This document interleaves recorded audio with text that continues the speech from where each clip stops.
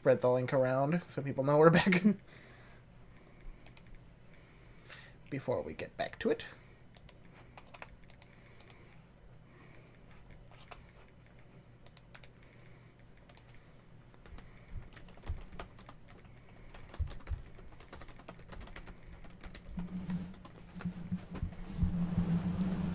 Careful, Luna.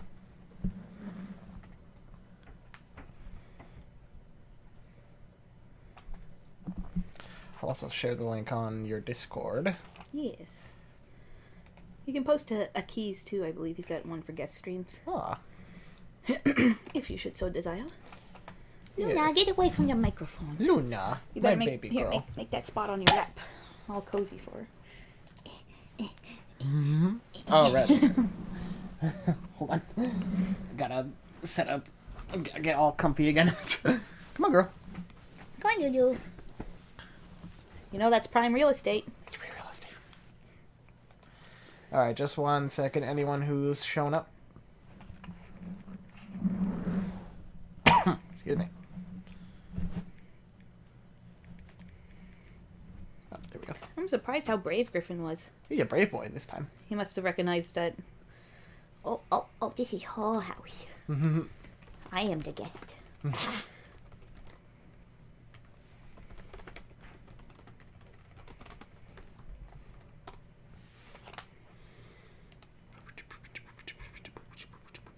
Hey, go. Let's see. Which channel was that? If you go down to the bottom. Oh, up. Streaming. Oh,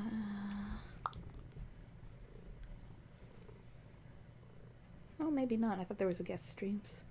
Oh, there was 2. Advertise your stuff, maybe? Yeah, maybe. Yeah, looks like it.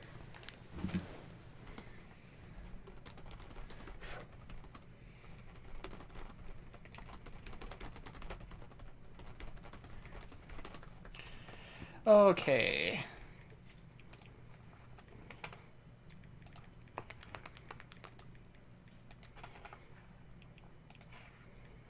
Okay. Dokie, let's just see how things are. Hello again, Per Giant Man. Sorry about the interruption. We had to do some adulting. Yes. It'll be seamless when we, I edit this all together. So did you save the initial clip? Oh yeah, it's okay, so we don't have to start from scratch. No. Okay. What should my first video be on? Says Per Giant Man. Your first video? Depends on what you want to talk about.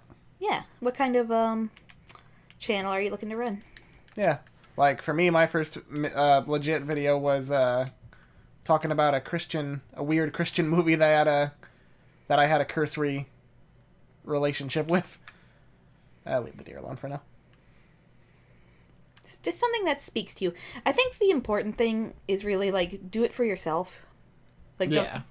You don't necessarily have to do it for anyone else, especially when you're just starting. Eventually, if you get success, then you can play that algorithm game. Like, if you're at the point where you can make a living off it. Yeah. But if you just want to have fun with it, then just have fun with it. Have fun with it. That's all there is to it. That's basically my MO with my channel. Yeah. Anyhoozle, where did we leave off? We talked about Inside Job. Harungal, I always get your name wrong, sorry. But he commented that we should watch Hilda. Yes. And that made me realize, Hilda had a special this year, I think. Yeah. I remember seeing... The Mountain King thingy? The Mountain King. I remember they had to change the poster because it looked like his dong. Oh. his nose looked like his dong. Old animation traditions. Indeed. Pebs. But yeah, when did Hilda come out? It's been out for a while. Been out for a while. We've been sleeping on it. Yeah. I've heard a couple people have told me I should do a video on it. Which makes me not want to do a video on it. I'm kidding. But, yeah, it's something that I think we should check out, definitely. Yes. Oh, he's here. I agree, Luigi. Harungal is here. Hello. Good to see you. I was thinking about a space engineers vid, but I don't have good equipment. Oh yeah, I don't have very good equipment either, even now. Yeah. Like, we use a Blue Yeti microphone. That our friend Carrie graciously purchased for us. Yes. We love you, Carrie. We do a podcast together. And, like, I record in our laundry room / bathroom. With the couch cushions, like, mounted all around. Yeah, so you don't really need the best setup. And I actually use a free software online that, like, kind of elevates the quality of even, like, the Blue Yeti, which by itself sounds okay, but it's nowhere near as, like, good sounding as professional microphones. You should maybe make a community post about the software and stuff you use. Yeah, I feel like I have, but I'll definitely do it again, because it's been pretty useful for... Because, like, I can't really listen to my old videos half the time because the audio quality is so bad. But, like, yeah, it's been a definite improvement. Let's see. Happy New Year. Yes, Happy New Year. Happy New Year. We are going to kick ass and take names in 2022. I would recommend Lost in Space as a good show. It is on Netflix. Yeah, I remember when that came out, there was a good amount of buzz. Yeah. And Purge Iron Man also says, I would have to use my phone for my camera. I don't even use a camera. Yeah. You can do voiceover. You can do just your camera phone. Do whatever you like. Like, I don't think I'm very eager to do a face reveal anytime soon, but... Maybe someday. Maybe someday. Next on our list, we have Eternals. That's the Marvel movie. Oh. We haven't seen that. Yeah. I think when it was coming out, I don't think anyone saw that in theaters when it came out. Maybe. I know everybody saw Shang-Chi. That did pretty well. Yeah, Shang-Chi was good, though. Yeah, I liked it. I liked it, too. But Eternals, I don't really think there was enough to grab me, personally. I can't speak for, like, everyone else, but... Yeah, I mean, like, when it comes to the Marvel franchise, I always say this. I always say I'm getting the superhero fatigue. I always say it's a lot, and it is, but I still keep up with most of it. Yeah. But nothing about Eternals made me want to watch it. Yeah, I'll definitely check it out when it comes to Disney Plus for free. Yeah. But, like, there really was nothing about it that really grabbed me in the moment. Except for, like, apparently there's a Bollywood dance number, and I like that. I like the sound of that. So we'll see. We'll see. Why wasn't that in every single trailer? I actually don't remember if I saw a single trailer. Yeah. What else did we not see? Zack Snyder's Justice League. Zack Snyder's Justice League. God, I do not care about that. Yeah. I don't care. Like, I've heard it's good. I've heard it's better than the one that came out in 2017. And, like, there is something cool about Zack Snyder getting to, or any director really, getting to do a different cut, you know, of something that might have had a little too much interference on the first time. Like, there is something to be said about how studios don't really allow that most of the time. Yeah. But I just do not care. Like, God, I do not care for Zack Snyder's DCEU movies. Oh, Like, Zack Snyder. It's... I actually, I remember liking Man of Steel okay. But Batman v Superman, I hate. I hate that movie. I haven't watched that one. I've watched... I liked Man of Steel as well. I remember liking it quite a bit. I really liked 300. I thought he did a good job with Watchmen. Oh yeah, I like some of his movies. It's not that I don't like him. It's just that he blew it with Gahul for me, and we will make a video about that someday. Ugh, but oh man, I'll probably watch it eventually. The Zack Snyder cut, but God, I just do not like what he did with Batman v Superman. Yeah. That movie is just dreadful to me. Ugh. Next on our list, we have Arlo the Alligator Boy. That on Netflix. It looks so pretty, and I just kind of... I remember we talked... Did we mention it in our podcast or something? Oh, we must have. Yeah. We must have. We have a podcast, by the way. It's called Destination Animation. It's delightful. Yeah, we haven't done it all year because we're bad, but we might change that soon. Yes. So keep an eye out. But yeah, Arlo the Alligator Boy. Who did that? I don't know. I don't think Craig McCracken did it. He did another show on Netflix that we also haven't seen. What was it? What was that thing called? It had a really unique animation style, like... Oh, I know what you mean, but I don't remember what it was called. Yeah, I can just look that up real quick. Let's see, Arlo the Alligator Boy. Craig. I'm trying to play the game while I look up. How do you spell his name? Craig MC or MAC? Oh, there it is. Craig McCracken, American animator. What? What has he done? He's 50. Craigle. He is 50 years old. Good on you, man. Kid Cosmic. That did come out last year. And we also have not seen that. It looks really cool, though. Like, everything that we haven't seen looks neat. It's just that we're bad at getting into new things. We're bad at taking the time. Yeah.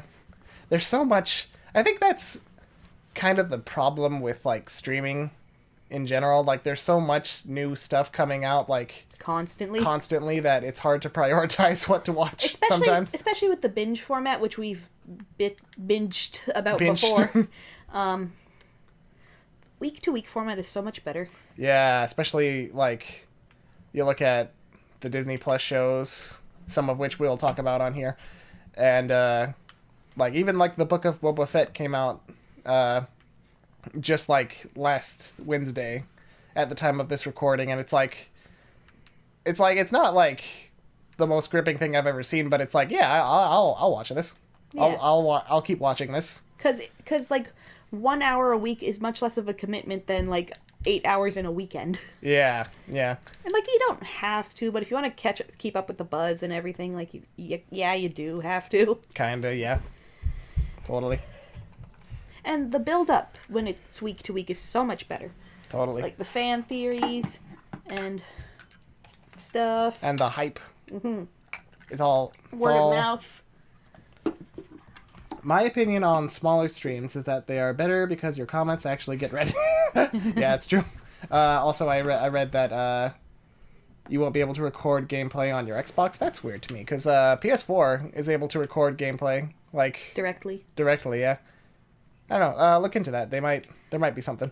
Yeah. If nothing else, you can get a capture card without breaking the bank. I forget what brand mine is, but I just found it on, like, we need to... Facebook Marketplace for $80. We need to test it out for, like, PS3. Yeah. It's not, like, the best... It's not an Elgato by any means or anything, but, like, it does what it does fine. Yeah. Gets the job done. Yeah. And, let's see what else we got. We got Vivo. That was a movie that came out on Netflix. Vivo. I think Lin-Manuel Miranda did the songs for that too. And right? I think he voiced the Vivo. The monkey? He does, yeah. He's not a monkey. He's a kinkajou. A kinkajou? They made a... Listen, I have always been, like, an animal kid. Yeah. That creature in this film, that's not a kinkajou. Jason, put up a picture of a kinkajou. And Jason from the future. Editing Jason, and put up a picture of Vivo. That's not the same animal. And Vivo, he has, like, so many things that are so specific to character design for monkeys. Like I could go on. Yeah. Maybe I will. We could go on. Yeah. Maybe if we actually see Vivo. Maybe. At some point. I don't know. I'm not terribly interested in it. Yeah. It's just another movie. Yeah. Speaking of movies, we didn't see a lot of movies this year because of the pandemic. We wanted to wait until we got our booster shots and our initial shots. Yeah. And everything. But the movie we wanted to see when we got our shots was A Quiet Place Part 2. Because that was the movie we were going to see, like, right before all the theaters closed. Yeah. So we wanted to just pick up where we left off. But we couldn't. It was gone by the time we were ready to actually watch a movie. Yeah. So we went to see Black Widow instead. I fell asleep. Yeah, Black Widow's fine. It's fine. It's not going to make this list, but it's fine. Yeah. I don't fall asleep during movies. And it's not because it was You were bad. really tired. I was really tired. You were really tired. Was that the day we went to the zoo? Oh, was it? It might have been, yeah. I think that might be why. Because we just wanted to go out and do things. Yeah. It was a fun little date day. Date day. Outing day. An outing. Oh, hey, do you want to know what Lego Star Wars sets I got for Christmas? Hell yeah. Sure. We got a Lego Batmobile for Christmas. Yeah, we were just like, what was it, Christmas Eve or something? We were so bored. Yeah. Well, not Christmas Eve. The day before. The day before, I think. We were so bored all day, both of us. So I said, let's go buy Lego. And they had a really good Batmobile for not too expensive. With the Scarecrow. My boy. Let's see. Next one. Halloween Kills. I don't know much about that one. I have only seen the first, like, The first Halloween, the very first one. I don't know if That's I've seen the any original Halloween. The first one is very good. Yeah. And then I saw the 2018 reboot, which completely ignores every other movie in the series.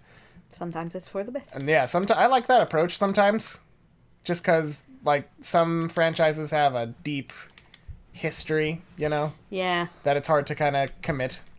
And it's going to be hard from like a writing standpoint to wrangle all that. Yeah, so Halloween 2018 deciding to go like, okay, what you need to know is that the first movie happened back in 1978, and then this is the next Movie. movie in our continuity, and I liked that approach. Yeah.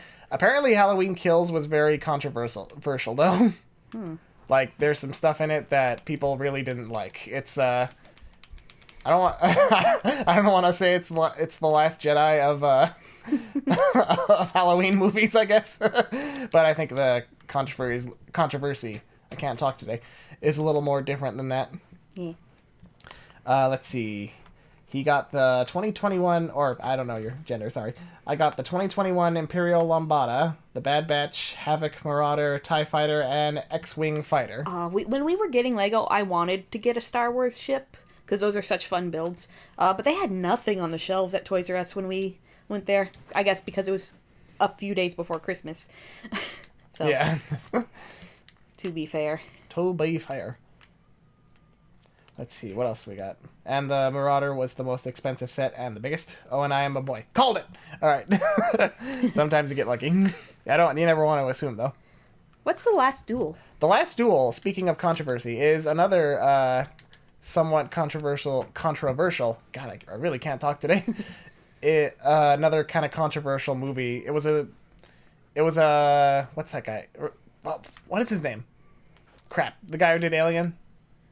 Ridley Scott? Ridley Scott. It was a Ridley Scott movie. It's set in medieval England. And it, like, has something to do with a lady who gets sexually assaulted. Oh. And then, like, a guy who duels her assaulter for her honor. Yeah. And, like, that was a source of controversy. God. I mean, it's not great. It's not a great premise, but like people who have seen it said that they do it in a pretty, it's not like exploitative. Yeah. So, and people made a huge stink about people not going to see that, even though, like, that from the premise alone, that's a hard movie to advertise. Yeah. But yeah, I haven't seen it. Heard some things about it. Some good, some bad. We'll probably check it out in the future. Yeah. I'm just building this to put my logs in. There's no, like, I'm playing in peaceful mode, so there's no cannibals. So everything's good. All is well. I just need food so I don't die. Ben Affleck and Matt Damon wrote the screenplay to The Last Duel. What? Why didn't we see it? What? That sounds crazy. Who would win in a fight, the Doomslayer or Master Chief? I don't know. I haven't played either of those games. Let's see. What else do we got? We got Dune. The remake of Dune came out this year. I wasn't... Yeah, I've never really been into... Well, like, it's just one of those... The old Dune was just one of those movies that existed. Yeah. Who did that? What's his name?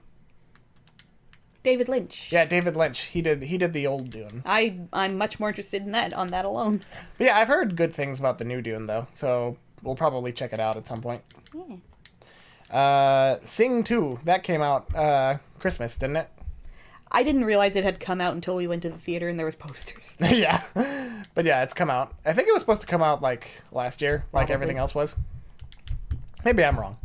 But like I don't know, what do you think about the first Dune Sing? I think it's fine. It's cute. Yeah, it's fine. I don't think I would really go out of my way to see the sequel in theaters, though. Yeah. The only reason I watched it, it was when we were still living with my parents, and you were, like, asleep, and I woke up really early, and I was bored. So I just was like, oh, we'll watch Sing. Yeah, it's a fun movie. Yeah. The original. It's just, like, average. I like the cover of I'm Still Standing from it better than I like the original. Whoa. Yep. Whoa. Mm-hmm. Whoa.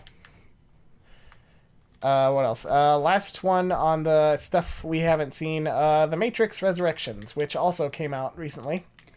I've seen the original Matrix movies. I technically have, but I don't remember. I think we were, Carrie and I streamed the first couple Matrix movies. You popped in a bit for the first one. Yeah. But then you kind of popped out again because, like, you didn't care. Yeah. I'm not an action movie person, as we talk about in the James Bond list, I believe.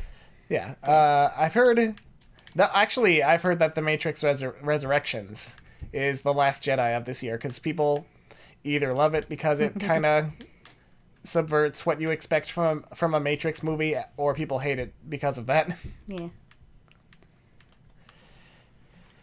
So that sounds pretty interesting. So now we're moving on to stuff that we have seen. Cartoons. What came out this year? What did come out this year? The Owl House. Owl House season 2. Season 2A, anyway. Yeah. Just up in the ante every episode. Honestly. I've seen a lot of people who were kind of on the fence or didn't like the first season come around on season 2. Yeah. Because, like, I'm obviously going to make a video about season 2 when it's complete, so I don't want to We're putting this out here now. Much. For everyone who's asking, he's going to do a video when the season's done. Yeah, when it's done. Like, that's just how I do things. I like talking about things as a whole better than speculating. Well, speculating too much. Any hoozle. Amphibia. Also, we watched a lot of Amphibia this year. I think we started watching Amphibia this year, did we? I feel like we started watching it, like... End of last year. 2020. 2020, rather. But, like, most of Season 2 came out in 2021. Yeah. The True Colors debacle happened in 2021. Yup. Amphibia's so good. Yeah. We love Amphibia in this house. In this house. And I think we've also really liked Season 3 so far, which I think people have been kind of half and half about, because I think people don't really care for the, like... Slice of life. Back to the slice of life, focusing more on their antics in Earth. But, I mean, that's really what even Season 2 is a lot of slice of life. It's just stuff happening. Yeah, it's never been like a... I think what it is Season 2 ended with so much, it feels kind of... I get it. It feels kind of weird to go back. Yeah, it's because, like, Marcy got freaking impaled. Spoilers. There was some aloe back there. You should pick it up. Oh, yeah. But Marcy, like, we thought she died for a split second there, so to go back to fun slice of life, I think I can see the dissonance. It might be a little too much for some people. Yeah. But, like, I've never really minded. No, me neither. So, yeah, Season 3B should be really good, though. Purge, we don't play those games, so we don't know. Can't really answer that. But probably Doomslayer. Oh. That's my hot take. Castlevania. Castlevania ended this year. I don't know if any season really did it as much for me as, like, the first one did. Yeah, the first two... the first season was only 4 episodes, so it was, like, maybe really that's short and sweet. Yeah. Like, I think the whole show, though, is really unique in that it's, like, a video game adaptation that is really good. Yeah. That you don't really have to play the games to know. Like, to be, drawn into it. Yeah. And all I care about... my husband knows where I'm going with this, is that the hot vampire and his hot wife got a happy ending somehow. They did. Spoilers for Season 4. Spoilers for the last 10 minutes of Season 4. Yeah. Like, Season 4 as a whole ended a lot happier than I thought they would for a show like Castlevania. It was really good, though. But yeah, each season just had kind of a different... mood to its pacing. Like, it took itself very slow. The animation, that one freaking shot of, like, what's her name, Sypha? Yeah, Sypha. Sypha, when she's, like, dodging the fire, that is so smoothly animated. I puked with rage. I don't like, it's so... I puked with rage. Well, I don't even know what I'm trying to say. It's like, it's so well animated. Like, the consistency of the, like, keeping the character model in the subtle movements is so good. Yeah, definitely. Like, heck. I forget who was, like, the lead animator on that show, and I should go to jail for not remembering. You should. Quite frankly. I'll take you to jail. I'm gonna kill this deer. And then take me to jail. Look away. Come back. I don't have a bow and arrow yet. Come back. Come back. Come back. Come here. This game is hard. Yeah, the deer in this game are so fucking cursed. And in peaceful mode, it's like really boring actually. But it's fine for our purposes. But yeah, Castlevania, really good. I liked it. I liked pretty much every season, honestly. Yeah. I kind of wish that the what's her name, Camilla subplot kind of tied more into the main story. Yeah. Like I thought that's what they were gonna do with season 3, like it would all, or season 4, that it would all kind of tie back together, but it remained mostly separate. Yeah. But whatever, it's fine. Huzzah, says Sad Ostrich. Sad Ostrich. Welcome, Sad Ostrich. Sad Ostrich, you're here all the time. I don't remember if I ever asked if you use Discord. I think. Or are you actually in our server? I think they might actually be on our Discord. Are you in our server? I don't remember. Be. Possibly. What else came out? Love, Death, and Robots. That came out around the same time as Castlevania Season 4. The new season. Season 2. Hey, come here, squirrel. What were the episodes? The Christmas one was so good. Yeah, why didn't we watch that when Christmas came around? We should have. Oh, so good. What were some of the other ones? I remember there was one that had like really realistic looking animation. The detective guy? Yeah, the detective guy. That one was pretty good. There were lesser episodes this season, I think. Less than like the 20 or so that came out with season 1. Yeah, was this the season that had them like running around on the whale with the whales? Yeah. That was cool too. The first one was that old lady who got attacked by her Roomba. Yeah. Love, Death, and Robots is good though. Yeah, I like anthology series and such just because like... Oh, there was new Disney shorts too, wasn't there? Oh yeah, there was. The short circuits. There's one, it's like sounds to make in the dark or something. That one's so cool. Yeah, it's just like, even if you can't really remember some, there were always like certain shorts that really stuck out. Yeah. Again, like the Christmas one from Love, Death, and Robots. Oh, that's so good. I'm just waiting out the night, I guess. like anthologies are good. I like anthologies. People, especially animated, where like they just get so... Oh yeah, we didn't see we saw one episode of that one Star Wars anthology series. Right, we haven't we got to get back to that. What was that called? Visions. Visions, yeah. Yeah, we got to get back into that. Definitely. Most definitely. It would help to see more comments if I could turn it on to live chat. Anyway. What if you refresh? Refresh? Oh, yeah, I can refresh. So what else? Beastars. Beastars. I liked season 1 better, but season 2 was quite good. Yeah. We picked up all the mangas. Yeah, we did. The mangas? The mangas. The mangas. You're so northeastern Canadian. I love you. You hoser. First of all. What's a hoser? Don't talk about me like that. A. Whoa. This tree. Whoa. Oh, it's just... am I going crazy? Yes, you are. Okay. Yeah, Beastars Season 2. It kind of tied more into the mystery of who... Like, from the very first scene from the very first episode, who killed the... Tem, the alpaca boy. Yeah. Which, I mean... Yeah, it's good we got back to that. Yeah, because they kind of left that hanging in Season 1.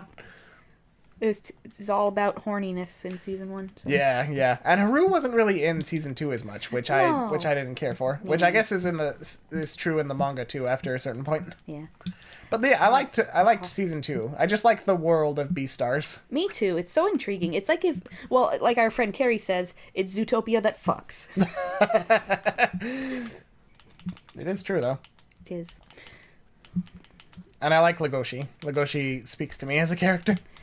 He does to me too. He's such a tall boy. Oh no, my campfire! Okay. He's a boy. He's a puppy. He's a good wolf. He's a good wolf, that Legoshi. Legoshi. What else we got? We have Gretzko also came out. Season 4. Season 4. That came out December. A couple weeks ago. Yeah. I like Gretzko. I like Gretzko. I've liked it ever since the first season came out because I was working at Target at the time. And not having a good time at Target? I was not having a good time at Target. Because, like, I worked on, like, the flow team. The people who unload trucks and such for Target. And our manager left the store or got replaced by this guy who really sucked. So I really related to Retzko just not having a good time at work and getting constantly badgered by her boss. Yeah.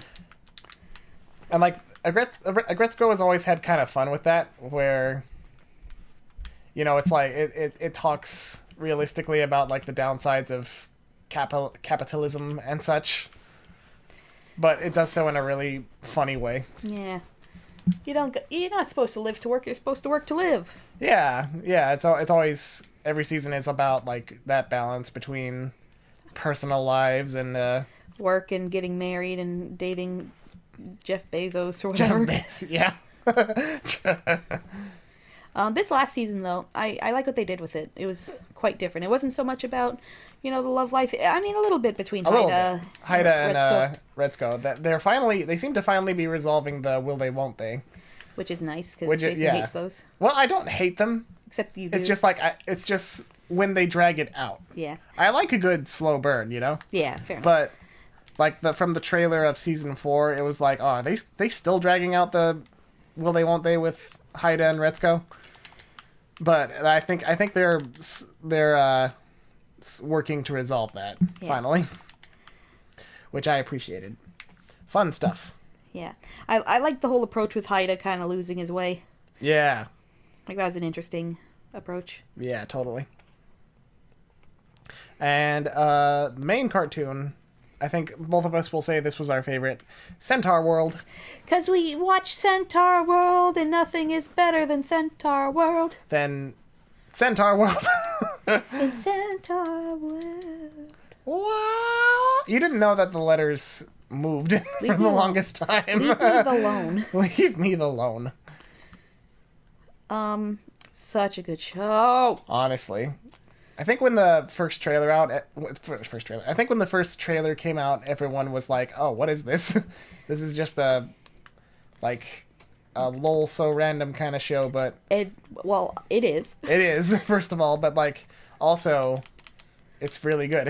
I described it. I always describe it as like what is it? Like He-Man meets My Little Pony. Yeah, definitely Adventure Time vibes too. Yeah, but it's the kind of 80s show vibe where if you took a character from He-Man, or like a steed from He-Man, and put that in a colorful My Little Pony Sugar Bowl-esque show from the 80s. Yeah. Because, like, I don't think it, like, clashes at all, though, with, like, the darker lore of, like, the villain of Centaur World, the Nowhere King. Because, like, My Little Pony from the 80s had some pretty dark villains, too. On the I remember we were watching it, and, like, the first 5 seconds, the animation was so beautiful, and we were both like, okay. Fluid. Like, whoa, what's happening? And the songs were really good. Like, it's way more of a musical than it was advertised, I think. Yeah. I'm getting bored with this, so I think I'm going to switch over to my game that has stakes. Yeah. You're still going to play it without sound, though, aren't you? Yeah. It'll be fun. Wait, actually, I don't have that on this one. Oh, yeah, this is my PlayStation. Oh, well, screw it. Let's just play one let's just play a normal game. But yeah, Centaur World. What do you prefer, Season 1 or Season 2? Because those both came out this year. I think I like Season 1 better, but I gotta watch Season 2 some more. Yeah, like, I think Season 1 story is like, you know, it's more of the typical, okay, we gotta go here. And we also have to collect these things. It's a road trip story where the herd gets to know each other and they bicker and they fight, but like they come together as a family in the end. As long as you are with us, you are home. It's very good stuff. It's wholesome and beautiful. Yeah, it's wholesome. That's the thing too. Like, it's a very wholesome show, even when they're dealing with really dark subject matter. Yeah. Are you And it does get really dark. Like even the villain gets his moments. Yeah, totally. Are you gonna fart again? No. That was me. Oh yeah. That was good. Oh, silly show. Very silly show. It's audio off again. Yeah, it's off. Cool. Blah 6 says yo. Hello, Blah 6. Hello, or Blah Blay 6. Blah blah. Blay blah blah. Yo to you too. Yo to you too as well. So yeah, I think definitely Centaur World came out in clutch as our favorite thing of the year. In general, would you say? Probably. Definitely my favorite cartoon of the year. Definitely. And that's like, we also love Owl House and Amphibia, but like for what started this year, Centaur World was a shining light in our lives. Honestly. And it's such a surprise too, I think. Such a surprise. That's what really... Because, like, obviously Owl House Season 2 and Amphibia Season 2 and 3, like, we knew we liked those shows. Yeah. So, very good. Very good. Big recommend. Alright, so... Blah says, big fan of the Owl House video, downloaded it on phone. Oh, thank you. I like that one, too. I wish the audio was better, but you can't have everything. It was my third video, so whatever. Yeah.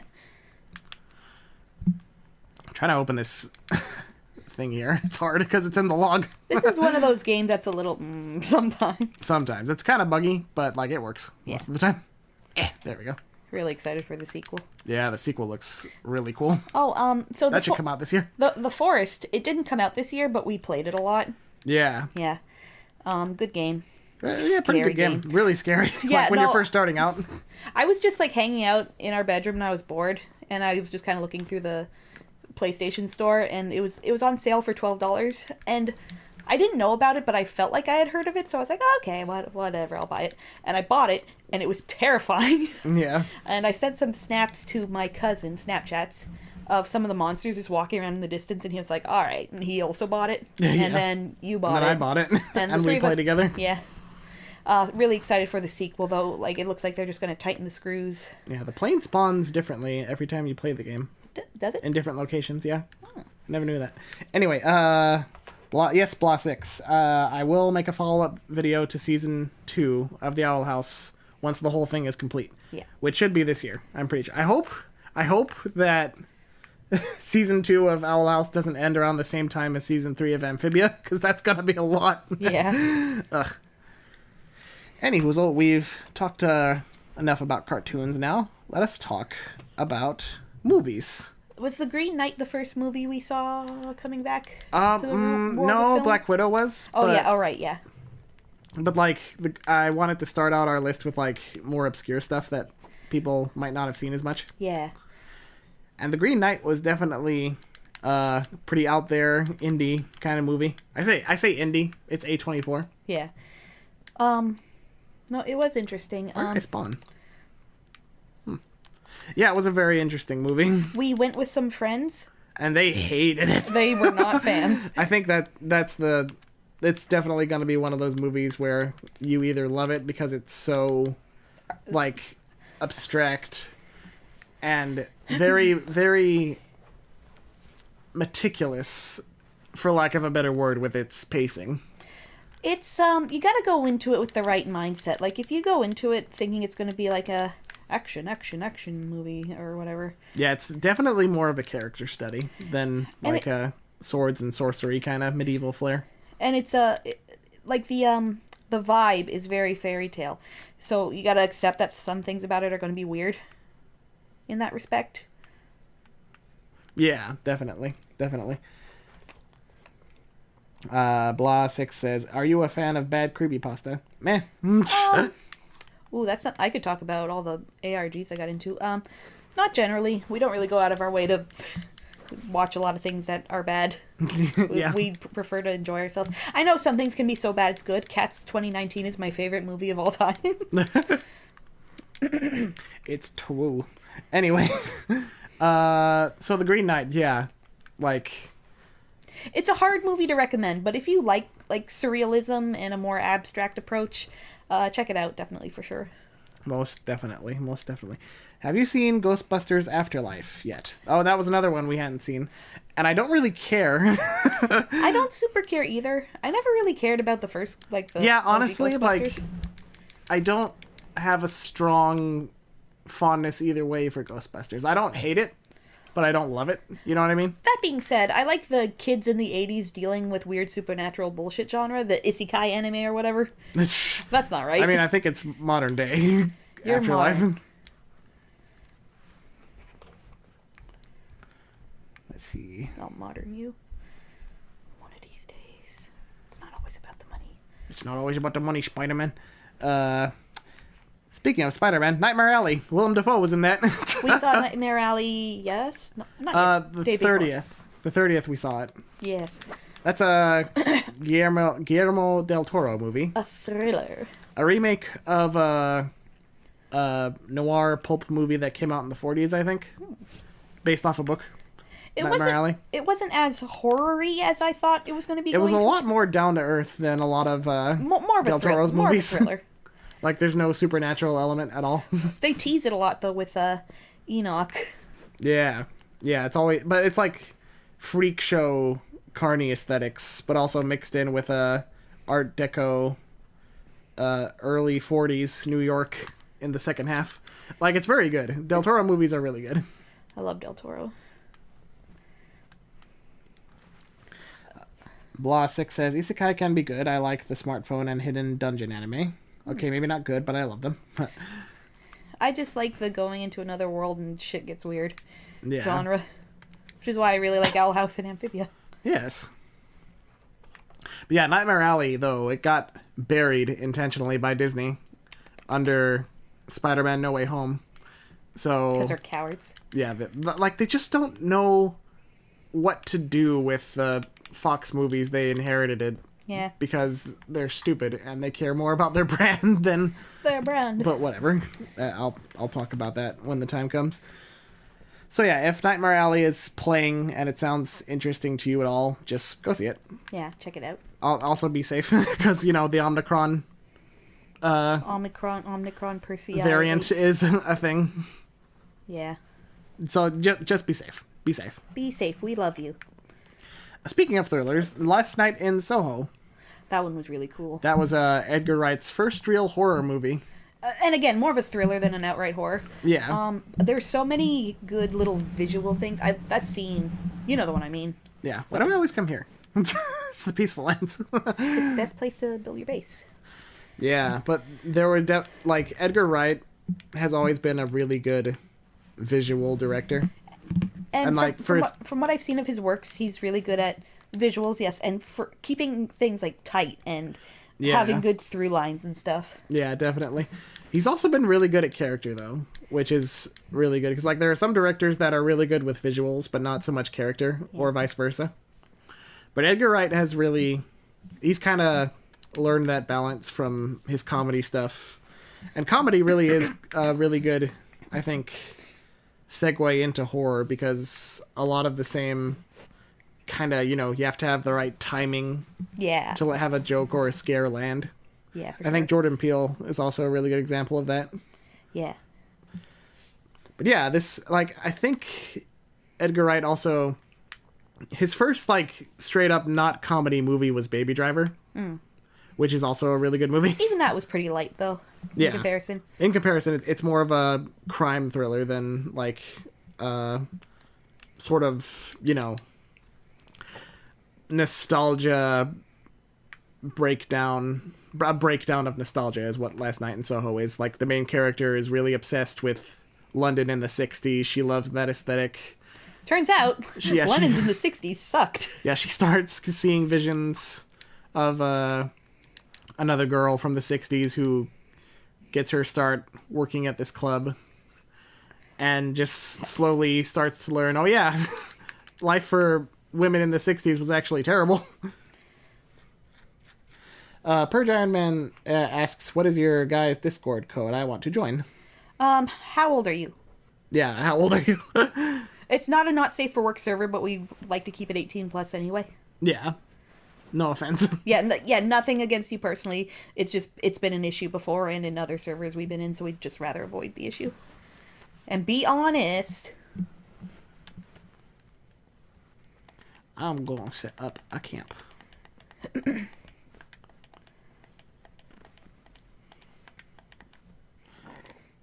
I'm going to set up a camp.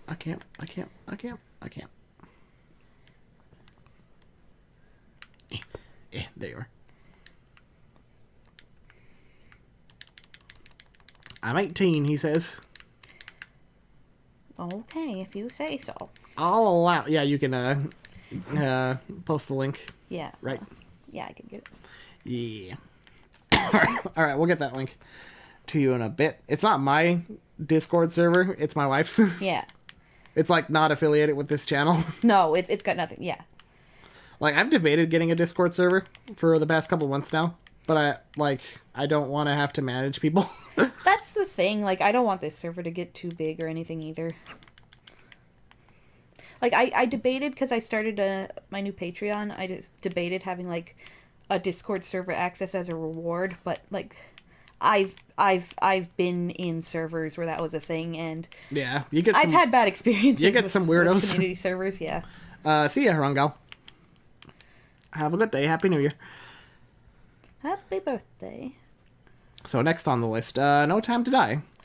You will have kindred spirits purge. There's someone else who collects Star Wars Lego in the server. Yeah. So the No Time to Die. Whenever a big James Bond movie comes out, I think the mood is a pretty nice one, because like you kind of want to. Well, I wanted to, for the purposes of making those videos we did. Yeah. Like rewatch the entire series up to that point. Like all you need technically are the Daniel Craig ones, but like, you know, it's Bond 25 and it's been like really anticipated. It was one of the first major pushbacks from COVID. Yeah, that got delayed like a year or two. Yeah. I think actually it was supposed to come out 2019, and then it had a regular delay. Yeah, it had a regular delay because of like scheduling and reshoots and whatnot. Yeah. But then COVID happened, April, like March of last year, or 2020 now, it happened. COVID really hit, and studios were like, okay, we gotta push this back. So No Time to Die, you get pushed back to November of 2020, and that'll be okay. And then it got pushed back again to March, to April of 2021, and then it finally came out in October of 2021. It was a long road, but I think it was worth it from my perspective, just so I could like rewatch every movie and explain the series to my wife here. Yeah. Because those were really fun videos. I love doing those. And I just like... Yeah, I'm funny. Watch those videos. I just like sharing things with you. Yeah, that's why I'm here. So, yeah, that is why you're here. So, like, just to be able to do that was really fun, and that kind of elevated the movie itself for me, I think, because it's a good movie. Yeah. I like it a lot. But just seeing it with you was also really fun. Yeah. Because I know you don't really like action movies most of the time. Yeah. So like, to share that with you and for you to have a good time too, it was like, yeah, this is nice. I like this.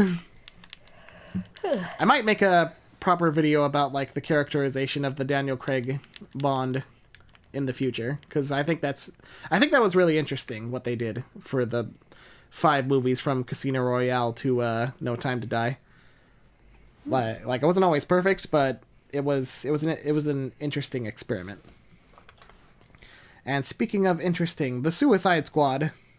It was so much better. That we watched, like, before Birds of Prey came out. We watched the 2016 Suicide Squad. And I remember liking that fine when it came out in theaters.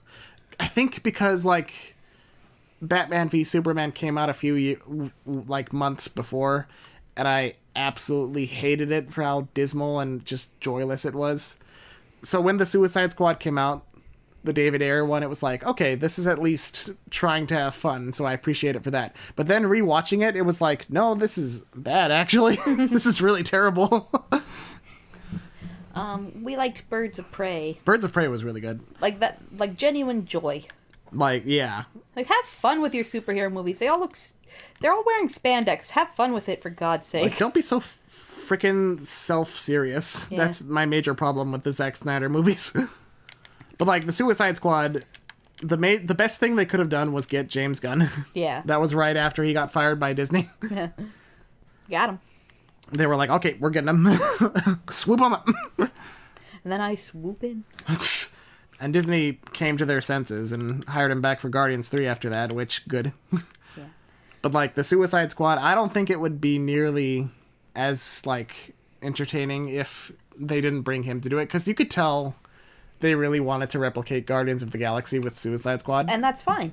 And that is fine. But, like, just the fact that they got him to do it made it more authentic, I think. Yeah. Like, because there are a lot more characters in general in the Suicide Squad. There's, like, how many people are even on that team?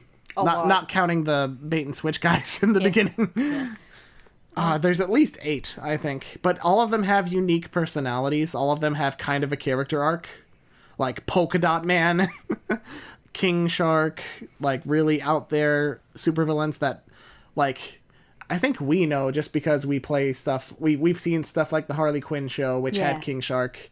And I'm familiar with some of the more out there Batman villains like Polka Dot Man. So yeah, that's how we knew about them. But like, I hate to say normies, but like normies wouldn't really know who they are. Yeah. You know, the casual movie-going public, and that's fine.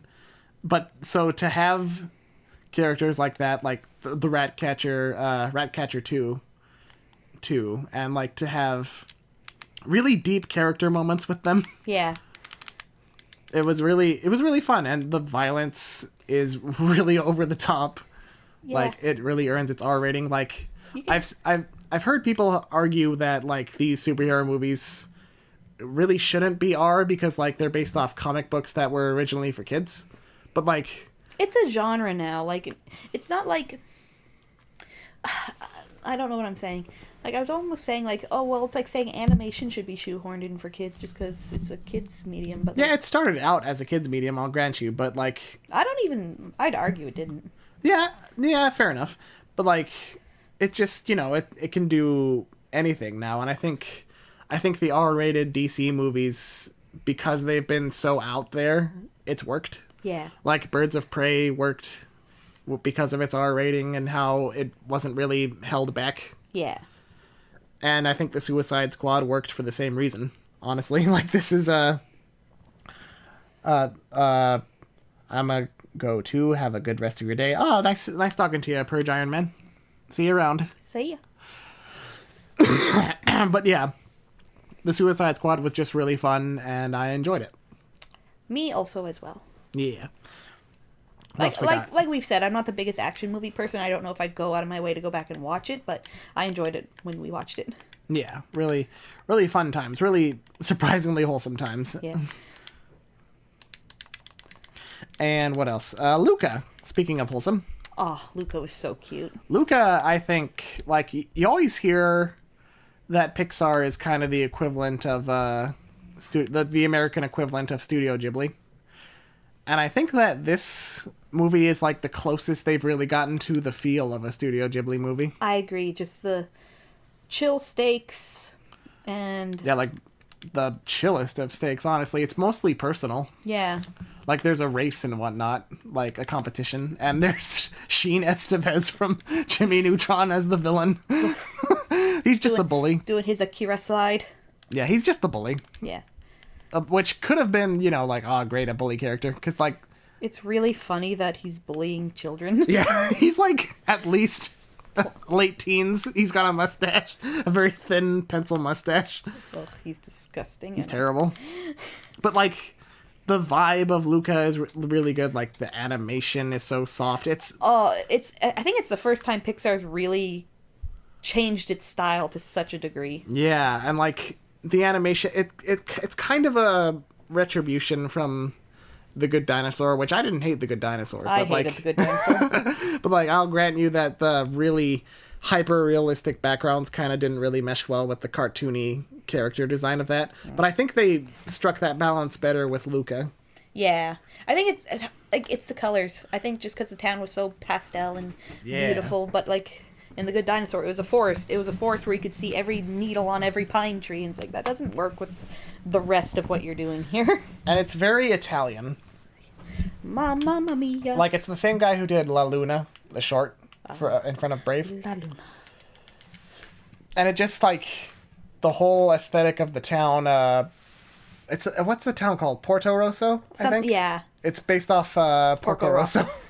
Is it really? Yeah. Got It's a shout out to Porco Rosso. That's wholesome. Yeah. My first impression of Luca, says Sad Ostrich, was that it looked like clay animation. Yeah, kinda. Yeah. Honestly, they have kind of that structure to them. Kind of rubbery, kind of soft. But yeah, it's much different animation than we've seen from Pixar, and I really like that studios are kind of branching out, because like the character animation for humans, especially in Pixar and Disney movies, can look samey. Yeah. They've looked samey for the past couple of movies now. Yeah, and we can thank Into the Spider-Verse for that. Honestly, yeah. I really believe that that's the movie that made the studios stop and say, "Oh, wait, we can." We can, and we should. Yeah, like Make a spear. The Bad Guys from DreamWorks that's coming out this year. Yeah. It's got that look to it too, and the look that is also present in The Mitchells versus the Machines. Oh, we just watched that last night. I mean, we've seen it. We saw it before, but we watched it again because I got it for you for a late Christmas present. Yeah, guys. Don't you love when something lives up to the hype, which we'll talk about later, with some other things, but... Yeah, with some other things. Like, just from the initial trailers and stuff, it's like, oh boy, a movie to have fun with. Yeah. And it was so fun. Come here. There we go. Like, just... yes. Like... what do you even start? What do you even say? Where do you even start with it? Like, visuals. We are cartoon people. We love and respect cartoons in this household. Yeah, most definitely. And the fact that... Okay, so CGI came along in, like, 95 or whatever. Yeah. And then the world stagnated for quite a while. Yeah, yeah. And no then... disrespect to, like, Pixar, because, like, obviously the animation, like, quality itself has improved a lot over the years. Right. Yeah. Like, look at Incredibles 1 versus Incredibles 2. Yeah. But, like, movies, CG movies themselves, like, they never really seemed to push the envelope until, like, Cloudy with a Chance of Meatballs came out. Sony, again. Sony. And then Hotel Transylvania, Sony. Like, Sony in general has really pushed the kind of squash and stretch... They really brought, like, 2D feel. Cartoon principles into their cartoons. I'll get it. They almost did a Popeye movie. They almost did a Popeye movie. And then they didn't. But they didn't. They did an emoji movie. Oh, God. Don't remind me. Come here. Aw. If Popeye had to die for them to make an emoji movie to fund Into the Spider-Verse, I guess it's fine. I guess I'll allow it. But, like, the Mitchells versus the Machines, it's... You know, like, the animation itself is great, but also the story. I think when when it was renamed Connected and the first trailer came out, people were like, oh, it's just gonna be a technology sucks movie. But, like, no, it's... The movie itself is more, like, the balance. I went off on Twitter about this last night when we were watching it, because, like, I have seen people... Certain sisters of his... No, shut up. I've seen people on Twitter, like, talk about the movie, and they say, oh, it's a bad movie because Katie forgives her dad, who is her abuser, or, like, it's just technology bad. That's the whole premise. Like, no, that's not it. It's about the middle, you know? It's like, the main conflict is that Katie and her dad, Rick, they've drifted apart, and they... You know, Katie wants to be a filmmaker, so she spends a lot of time with technology, and Rick, he's more of an outdoorsy guy, so he can't really connect with his daughter like that. But it's not because of tech. She could have been, like, passionate about anything. Yeah, like art or... Well, that's what it was. It was art. It wasn't like... Yeah, it's just a different kind of art. It wasn't like she was a social media addict. She was a filmmaker. Yeah. And, like, they do have a couple jokes where it's like, oh, nice to see you guys bathed in a ghoulish blue light. But it's like, That's just it's fun. it's just fun satire that we can all understand, you know? Yeah. A fun little poke at how technology does kind of rule our lives now, though. That's not really up for debate. It's not, and it can be a good thing and it can be a bad thing. But the movie doesn't like treat it like, oh, this way is correct. It's a nuance. Yeah. Nuance, ever heard of it? Nuance. Twitter hasn't. It took tropes that have definitely been done before, but made them genuine, if that makes sense. Yes, it does, Sad Ostrich. I agree. I agree. Yeah, I'm just killing fish to gather my thing here. Wait, oh, I thought that was a cannibal. Okay. The deer in this game are so cursed. They are. Anything else you want to say about Mitchell's versus the Machines? Because I think we've both kind of talked about that, like, to ourselves enough. Where Yeah, it's, like, hard to think of what else to say because we said it all. It's, like, every character is so lovable. That's so important. Yeah. Like, I think when we were first watching it, like, the brother, Aaron, like, his voice was so deep, it was like, okay, is this gonna, like, not mesh well because he's got a very deep voice, but, like... He's played really well. Yeah, he's played as a kid. He just has a very deep voice, and I think it fits his character. Yeah. It's very well done.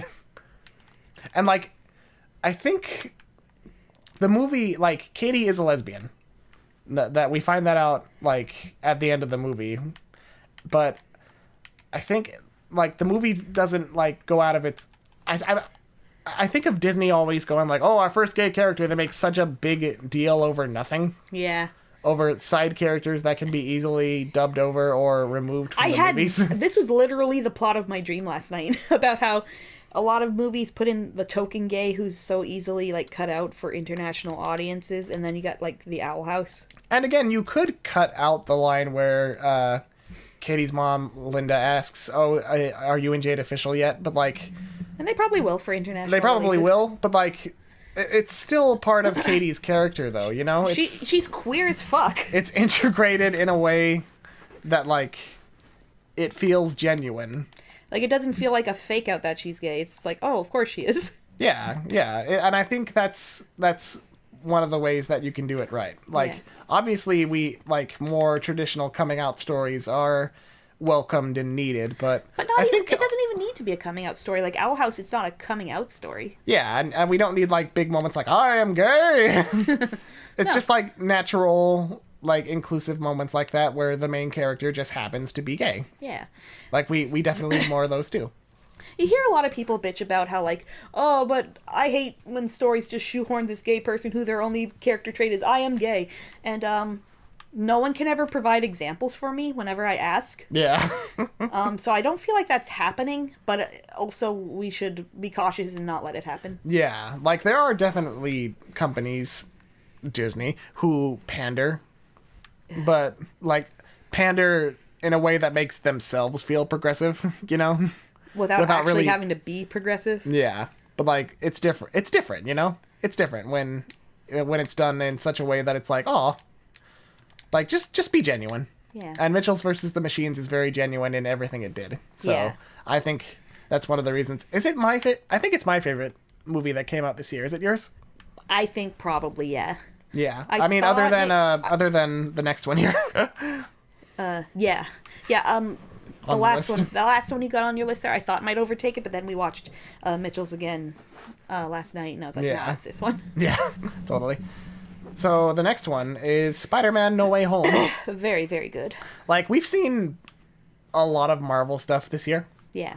Like, we saw 3 out of the 4 movies that came out. Black Widow was okay. I personally liked that it was very low stakes in the grand scheme of things. And Shang-Chi, I thought was okay too. I wasn't like super crazy for it like a lot of other people. It had a dragon in it, so. Did have a dragon in it. But, like, I thought that the characters were just kind of, average, and, like, the plot itself was kind of average. But it was good. I liked it. But Spider-Man No Way Home came for me. It came for me as a Spider-Man fan since, like, I was a kid. Yeah. Like, I remember when the first Spider-Man came out. And I didn't see it when it first came out. But, like, I got the video game for Christmas that year on PS2, and that was like the start of it. I saw the movie after that, and then I remember we saw Spider-Man 2 in theaters when I was 10, and like Spider-Man 2 is such a movie that like it's such a character study movie. Like there's still action and stuff, like superhero stuff, but it takes a back seat to Peter's personal life drama. But like even then, as a 10-year-old kid, I was still like, oh, I'm so invested. Yeah. You know, this is the height of cinema. And like what a love letter of a film. Like no other movie's ever done this, right? Yeah, like it takes things from every live action Spider-Man film, like the Sam Raimi movies, the Mark Webb movies, the Amazing movies, that I liked The Amazing Spider-Man 1. I didn't see that in theaters either, but like I saw it when The Amazing Spider-Man 2 was coming out, and I really liked it. I liked what they did with it. It was different enough from what came before, even though it told basically the same story in terms of the kid gets bit by a spider, becomes Spider-Man. But they did enough different with it, and Andrew Garfield was pretty good. Yeah. Amazing Spider-Man 2, I hated. And just how delightful was No Way Home. Just watching all these characters who like I grew up with the old Raimi Spider-Man movies too. Spider-Man 2 is the greatest movie that's ever been made. Like honestly, after Holes and School of Rock. That all came around the same time too. What an era. What a time to be alive. But yeah, like the Tom Holland Spider-Man movies too, like they've had their complaints. Like people have said that Tom Holland is a little too Iron Man Jr., you know? And I can get that. I get that, like, Vulture and Mysterio both being connected more to Iron Man than Spider-Man is a little... it's a little, a little too dependent on the biggest character in the MCU. But I mean... No Way Home, I think, really went a long way to kind of rectify that, but also make it so that it wasn't completely retconning things from the last two movies, you know, like certain other movies that Disney has done. And without like getting too into it, the way No Way Home ended, I think it's going to amend that problem pretty well. Yeah. The ending for No Way Home. Ooh, I want to see that movie again. I might see that again tomorrow. Sunday. It's Sunday tomorrow, right? 'Tis Sunday tomorrow. Yeah, I might see that again tomorrow. And we're free up because our landlord showed up today. Nice. Sad Ostrich is saying, I think the most important thing in a movie for me is if you can tell that the people who made it actually cared about it. You were saying that for Mitchell's, I think, but this also applies for No Way Home. Yeah. That I still haven't recovered from No Way Home. My brain was vibrating in my skull while watching that movie. Same, honestly. Like, a lot of the movie is fan service. It's the definition of fan service. And if you had never seen, like, every other Spider-Man movie that came before, you would be lost as shit. But it wasn't for you then. It wasn't for you. It was for me. Someone who has loved Spider-Man from the beginning. Like before I got invested in Batman with The Dark Knight, Spider-Man was my boy. He was my favorite superhero. Yeah. I don't have enough. I should really go out and do something. I'm something of a Spider-Man fan myself. Like, and the performances from the returning villains. And also, like, Marissa Tomei really got to shine in this movie as Aunt May. And, like, Zendaya and Tom Holland, you can tell that they fell in love because they're... You can tell that Zendaya is Michi. The chemistry is really good. Yeah. Like, I forget who plays Ned, but he's really fun, too. He is, yeah. There's going to be a character like that in Into the Spider-Verse. Yeah. He's based off Ganke, I think his name is, from the Ultimate Comics, who was a friend of Miles. Yeah. But, like, it's just so good. Like, Willem Dafoe, he is so good in No Way Home. He's a fucking king. He was in Nightmare Alley as well. And we got to watch The Lighthouse again. Last time I tried to watch The Lighthouse, I had a chest pain or something, and I had to go The Lighthouse, Batman versus Green Goblin. Yeah. He was so good as Green Goblin again, and as a more sympathetic Norman Osborn this time. They all were kind of more sympathetic this time. Like, and they were already kind of sympathetic, like Alfred Molina as Doc Ock. Jamie Foxx got a better shake as Electro this time. I never saw Amazing Spider-Man 2, but I liked Jamie Foxx's Electro. He got a much better shake this time. Really good. I won't spoil anything for those who haven't seen it yet, but it's grossed $1 billion, so what are you doing? Has it grossed $1 billion? Yeah, it's the first pandemic movie that's really, grossed over $1 billion. Imagine how quickly it would have made that money if it hadn't been for the pandemic. Yeah, and Jesus. You could tell people were hyped for this movie, because when we saw it, our theater was packed, which is probably going to lead to a problems as far as COVID-19 goes, but, I get it.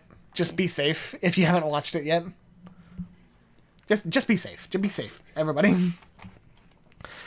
Oh, yeah, and the last movie on this list, Encanto.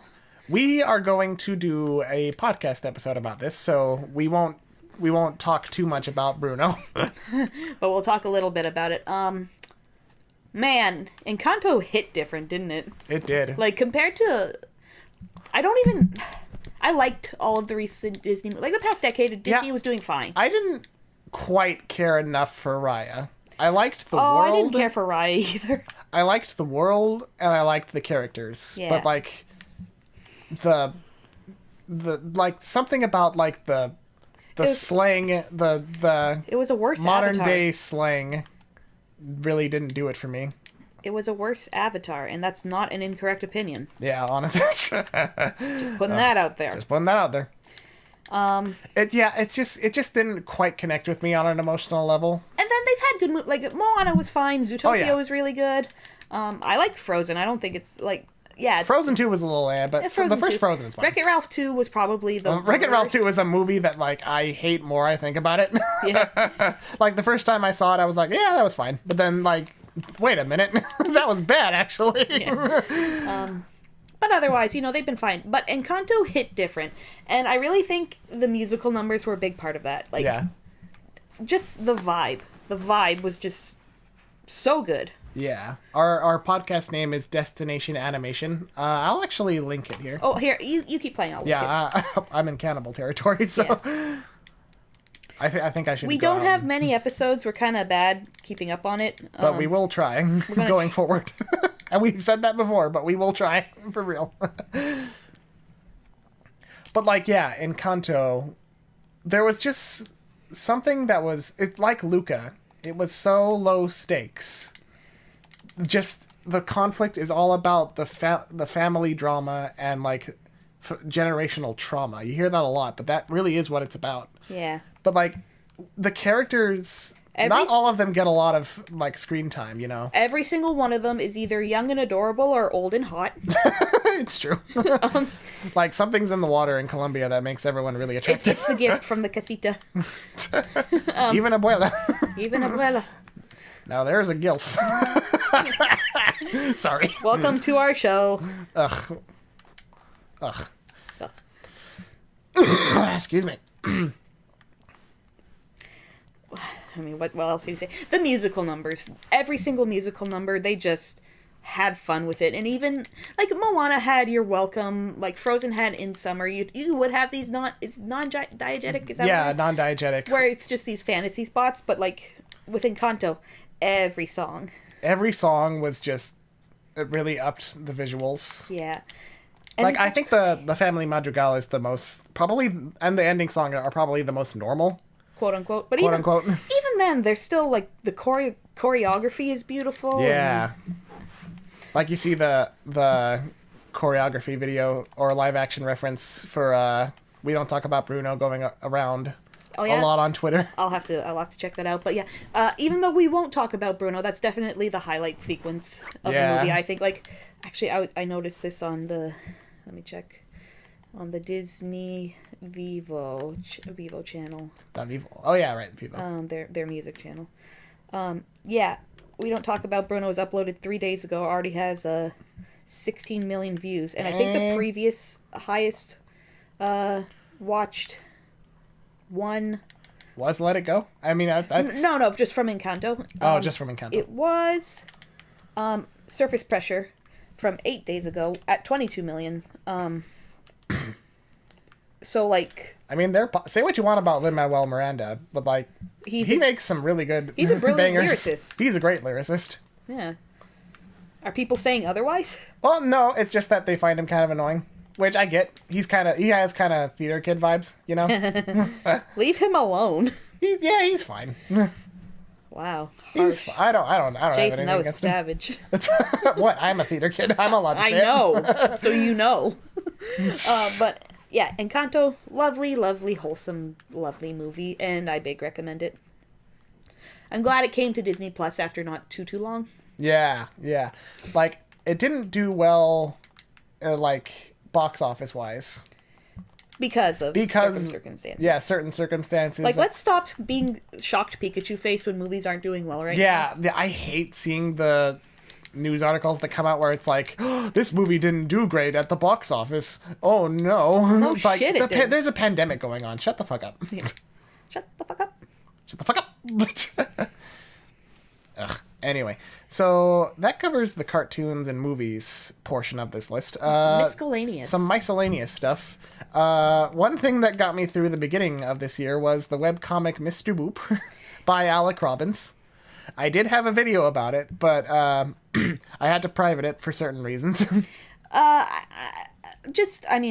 don't think it would hurt to just tell people so they know it wasn't something weird that you did. It's because he talked about Chris Chan in it, and yeah, we don't talk about Chris Chan. We don't talk about Chris Chan anymore. It's not funny anymore. No, it really never was. But like, that's a whole other can of worms. Yeah, we're not going to get into that. Anywoozle. Mr. Boop. What a weird ass comic. It was a web comic about a guy who obviously was writing a self-insert story about how he was married to popular 30s icon Betty Boop. Yeah. And it's still on his Twitter, I think, Alec Robbins. And he has a whole website for Mr. Boop. Yeah, just search Mr. Boop. It's buck wild. It's so crazy. And, like, it's so non-funny that it loops right back around to being hilarious. Yeah.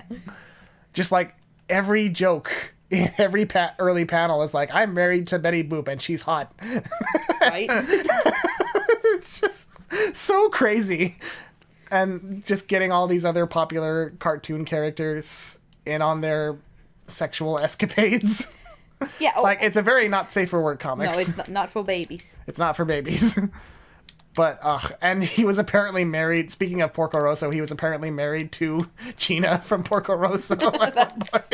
It just goes so wild. And, like, it also has something to say about the nature of self-insert webcomics like that. Yeah. And stories like that in general, which is the reason that I felt compelled to make a video about it back in the day. One of these days I might put it back up, but like it just feels maybe a after little after the heat dies down a little. Yeah, maybe. But yeah, that's Mr. Boop. Go check it out if you are over 18 plus. Am I stuck? Get there we go. Let's see what else we got. WandaVision. WandaVision was great, and then it wasn't. I have nothing else to say. Like, as the first Marvel show, it was the first Marvel thing that came out, like, after, like a whole year in 2020 of no Marvel content. Which some might consider a good thing. Like, I don't hate the MCU. I'm not gonna pretend to be all high and mighty and say I hate the MCU. Because I get superhero fatigue, and I get, like, why people think the MCU is, like, kind of bad for cinema, but... Well, what's that clip there from Close Enough? Oh, yeah. The one where... Close Enough! That came out this year, season 2. Yes, we love Close Enough. Close Enough is really good. I can't believe I forgot about that. But yeah, that clip of the guy talking about how superhero movies are killing cinema, and then I'll play the clip here. Yeah. Editing, Jason, do your stuff. But yeah, like, you can make an argument that, like, it's not exactly as simple as that. Like, obviously, Greek characters like Odysseus weren't copyrighted back in the day. Yeah. But, it's fine. The MCU is fine to me. Yeah. WandaVision... But yeah, WandaVision as the first, like, proper MCU TV show. They had the Netflix shows, obviously, but that was kind of, like, handled, like, at arm's length, Yeah. That and the ABC shows. So as the first proper MCU show, it's like, at least they did something different. They sure made an entire show out of two characters I really didn't care about. Yeah, I think a lot... Oh, crap. My paint washed And off. then I cared about them. Yeah, like, I think that's the good thing about these shows, too. Like, I also have Hawkeye on this list, but mainly for a character who I will spoil, so be mindful. But, like, yeah, WandaVision was never really on the top of my most compelling characters list, even though I liked her. Yeah. Did I say WandaVision? You sure did. I did. But Wanda and Vision, both of them. Yeah, they're fine, by themselves. But like WandaVision kind of threw like its homages to like classic TV, like I Love Lucy, the Dick Van Dyke Show, like going from the 50s to modern day TV was a really fun way of like just exploring their relationship and also exploring like, okay, Vision's dead. He died in Infinity War. So how is he still alive? Like the mystery element was really good to pull you in, and like spoilers for, the show. But like the character of Agnes, her nosy next door neighbor. Like the reveal. Like people, I think there is something to say that like people who may not know much about the comics or weren't really involved in like the build up to it might not have gotten the same like, oh, this is that's Agatha Harkness. Yeah. Because like when the first episode came out, there were like so many like news articles like, oh, Agnes might actually be Agatha Harkness from the comics. And you know what? I think we might have talked about this on a podcast episode for something. But just because the mystery was figured out doesn't mean it was a bad mystery. No, not at all. Like that reveal. It actually means it was a good mystery. That reveal where she comes out and says the name's Agatha Harkness. It was like, yes. And I killed Sparky too. Agatha all along though. What a boop. What a bop. What a boop and a bop. But like, yeah, that's the thing about a good mystery is if no one can see it coming and it's just out of nowhere, it's not a good mystery because that is just out of nowhere. But if there are clues and people are able to put them together, then it's a good mystery. Yeah, totally. Now, like, there are problems with WandaVision in that regard, too. Like, I think someone on the crew was saying, like, oh, wait until you find out who... what was her name? Monica? Yeah. Yeah, like the black best friend, quote-unquote. Yeah. Like, wait until you find out who her engineer contact is, and then it turned out to be nobody. Yeah. Or, like, the whole... people really thought that Mephisto was going to be involved, and he wasn't. Yeah. Like, and the final... like, the finales of every Marvel show have been kind of middling so far. But, like, WandaVision 2, I think they tried to wrap up a little too much, too fast. It became... Well, and it kind of follows the flow of becoming more modern as it goes on, that it kind of became just like a regular superhero movie in the end. Yeah, it lost the really unique angle it started with, which was kind of a disappointment. Yeah. But, like, overall, I think what it did was really good. Yeah. I really liked the vibe of the first few episodes where, like, it would be all... like puffy and normal and soft and fluffy. And then have these moments where it just turns. Like, I'm a horror fan. I love that shit. Yeah, and if we get like more of that with the new Doctor Strange movie, which we'll talk more about in a bit, then I'm all for it. Yeah. Anyway, Hawkeye. Decent show. I liked it for being like a kind of dumb action movie kind of thing, but the main reason I want to talk about it, a little spoiler warning, is because Kingpin came back, Vincent D'Onofrio from Daredevil, and they were that's another thing they were teasing throughout the whole show. Like, they kept talking about the big guy, like they teased they shot him from like the waist down for one scene where he's like pinching a kid's cheek. It's not always about the money, Spider-Man. It's about the match. And then, like, episode 5, the very end of episode 5, they're like, oh, that's the guy I was worried about this whole time, the Kingpin. And it's like, I was sick that time when it aired.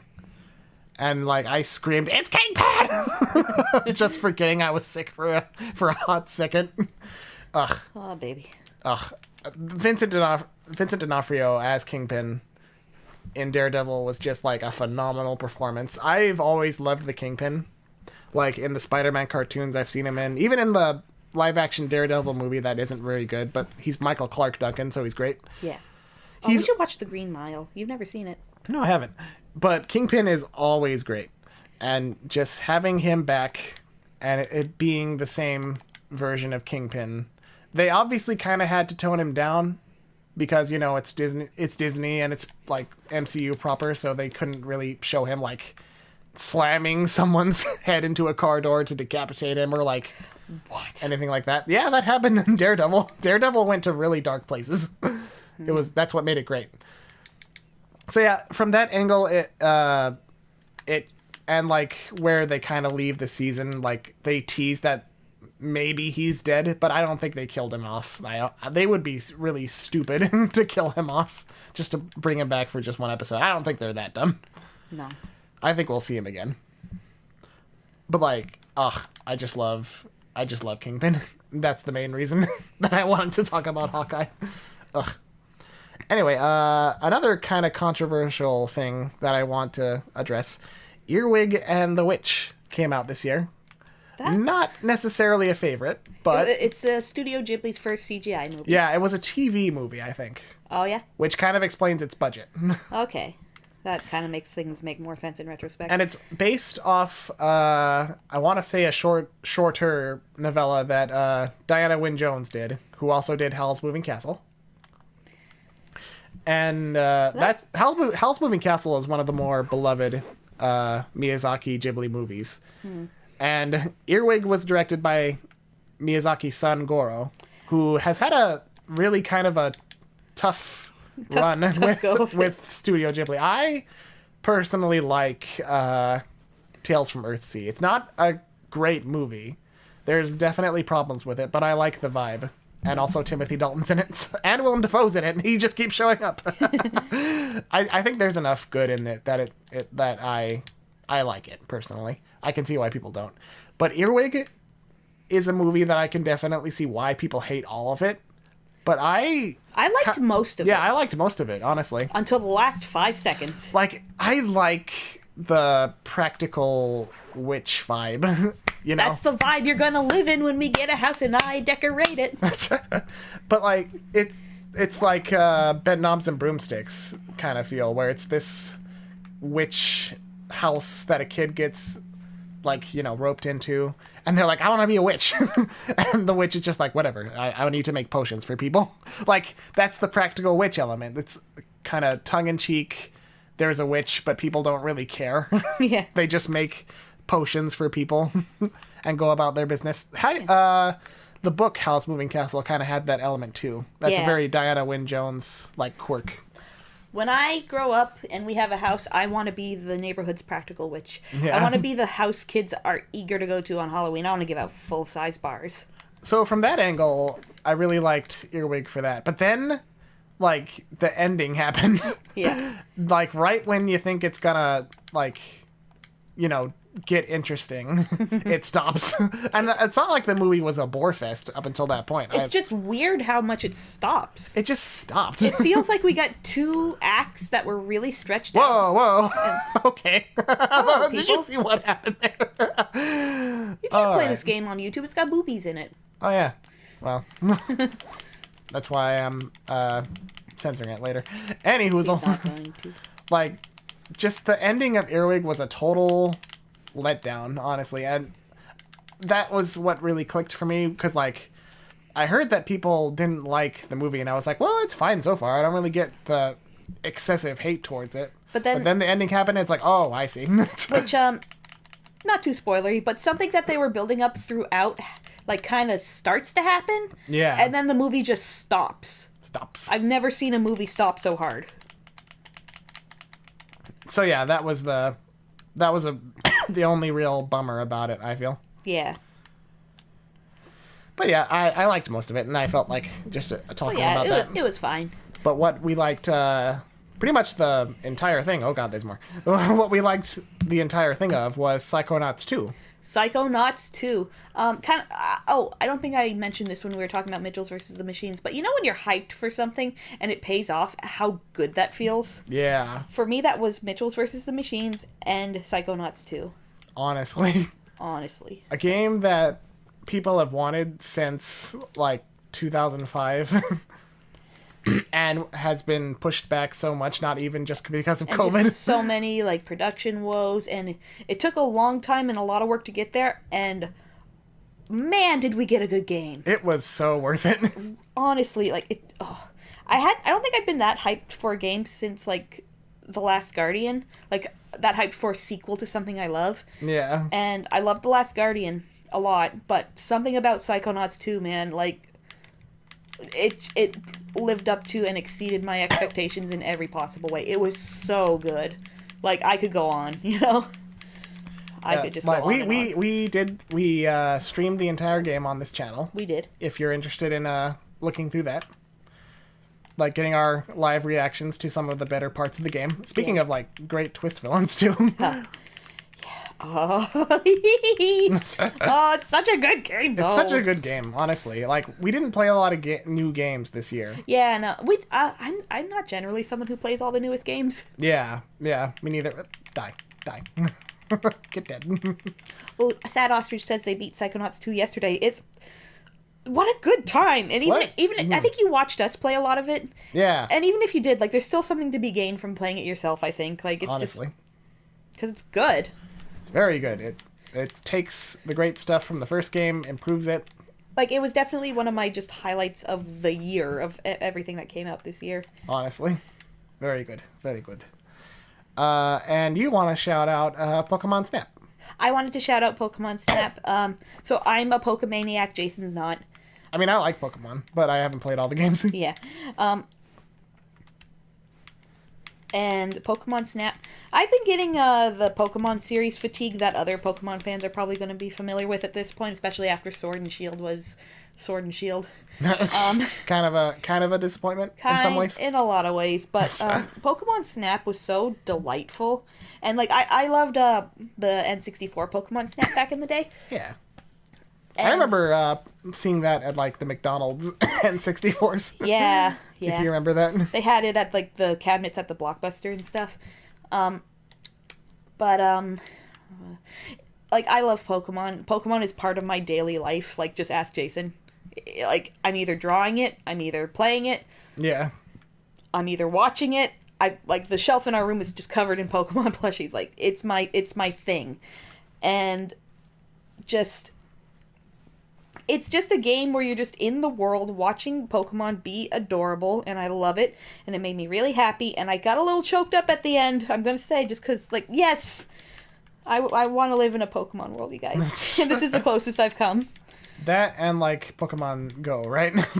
No, I got more of a vibe of it from, Pokemon Snap, the more, like, this is the Pokemon world I want to be in. Well, I say that just because, like, everybody had a good time when Pokemon Go came out. They did. It's the closest we've come to world peace. Honestly. You need one more bone, I think. Or one more cloth. Actually, I could make an upgrade spear. Sad Ostrich says, I almost cried when Psychonauts lost Game of the Year. It'll always be Game of the Year in our hearts. I mean, yeah, like Red Dead Redemption 2 lost Game of the Year, and that's my Game of the Year for 2018. To be fair, though, God of War was also really good. Any hoozle. Any hoomst. What else? Yeah, Pokemon Snap is another game that, like, 20 years, almost 25 years, I think, for the sequel to come out, and it, like, paid off in spades. Yeah, I'm glad you had fun with it. I probably would have fun with it, too, honestly. I remember you watching me play it a couple times and being like, I like the cut of this game's jib. Yeah, I'd play it. Yeah. And sorry, what was the next thing? Always Sunny came back for its 15th season, I think. It was a short season. Yeah, only 8 episodes. It was an interesting season.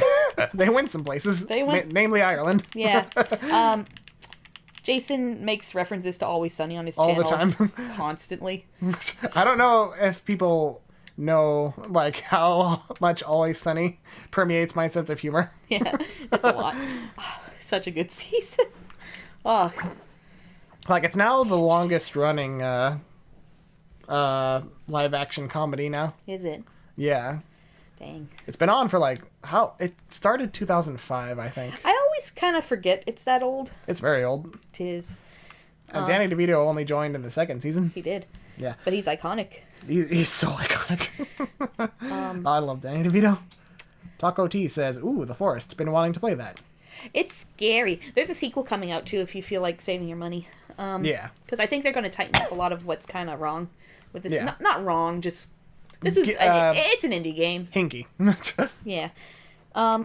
Excuse me. What was I saying? Yes. Yes, Always Sunny. Always It's the Sunny. funniest show on TV. It's so and it's funny. maintained a certain quality, you know? Yeah. Probably because they do it so, like, you know, there was a good long period between season 14 and 15. And I feel like that's the best way to keep a show fresh.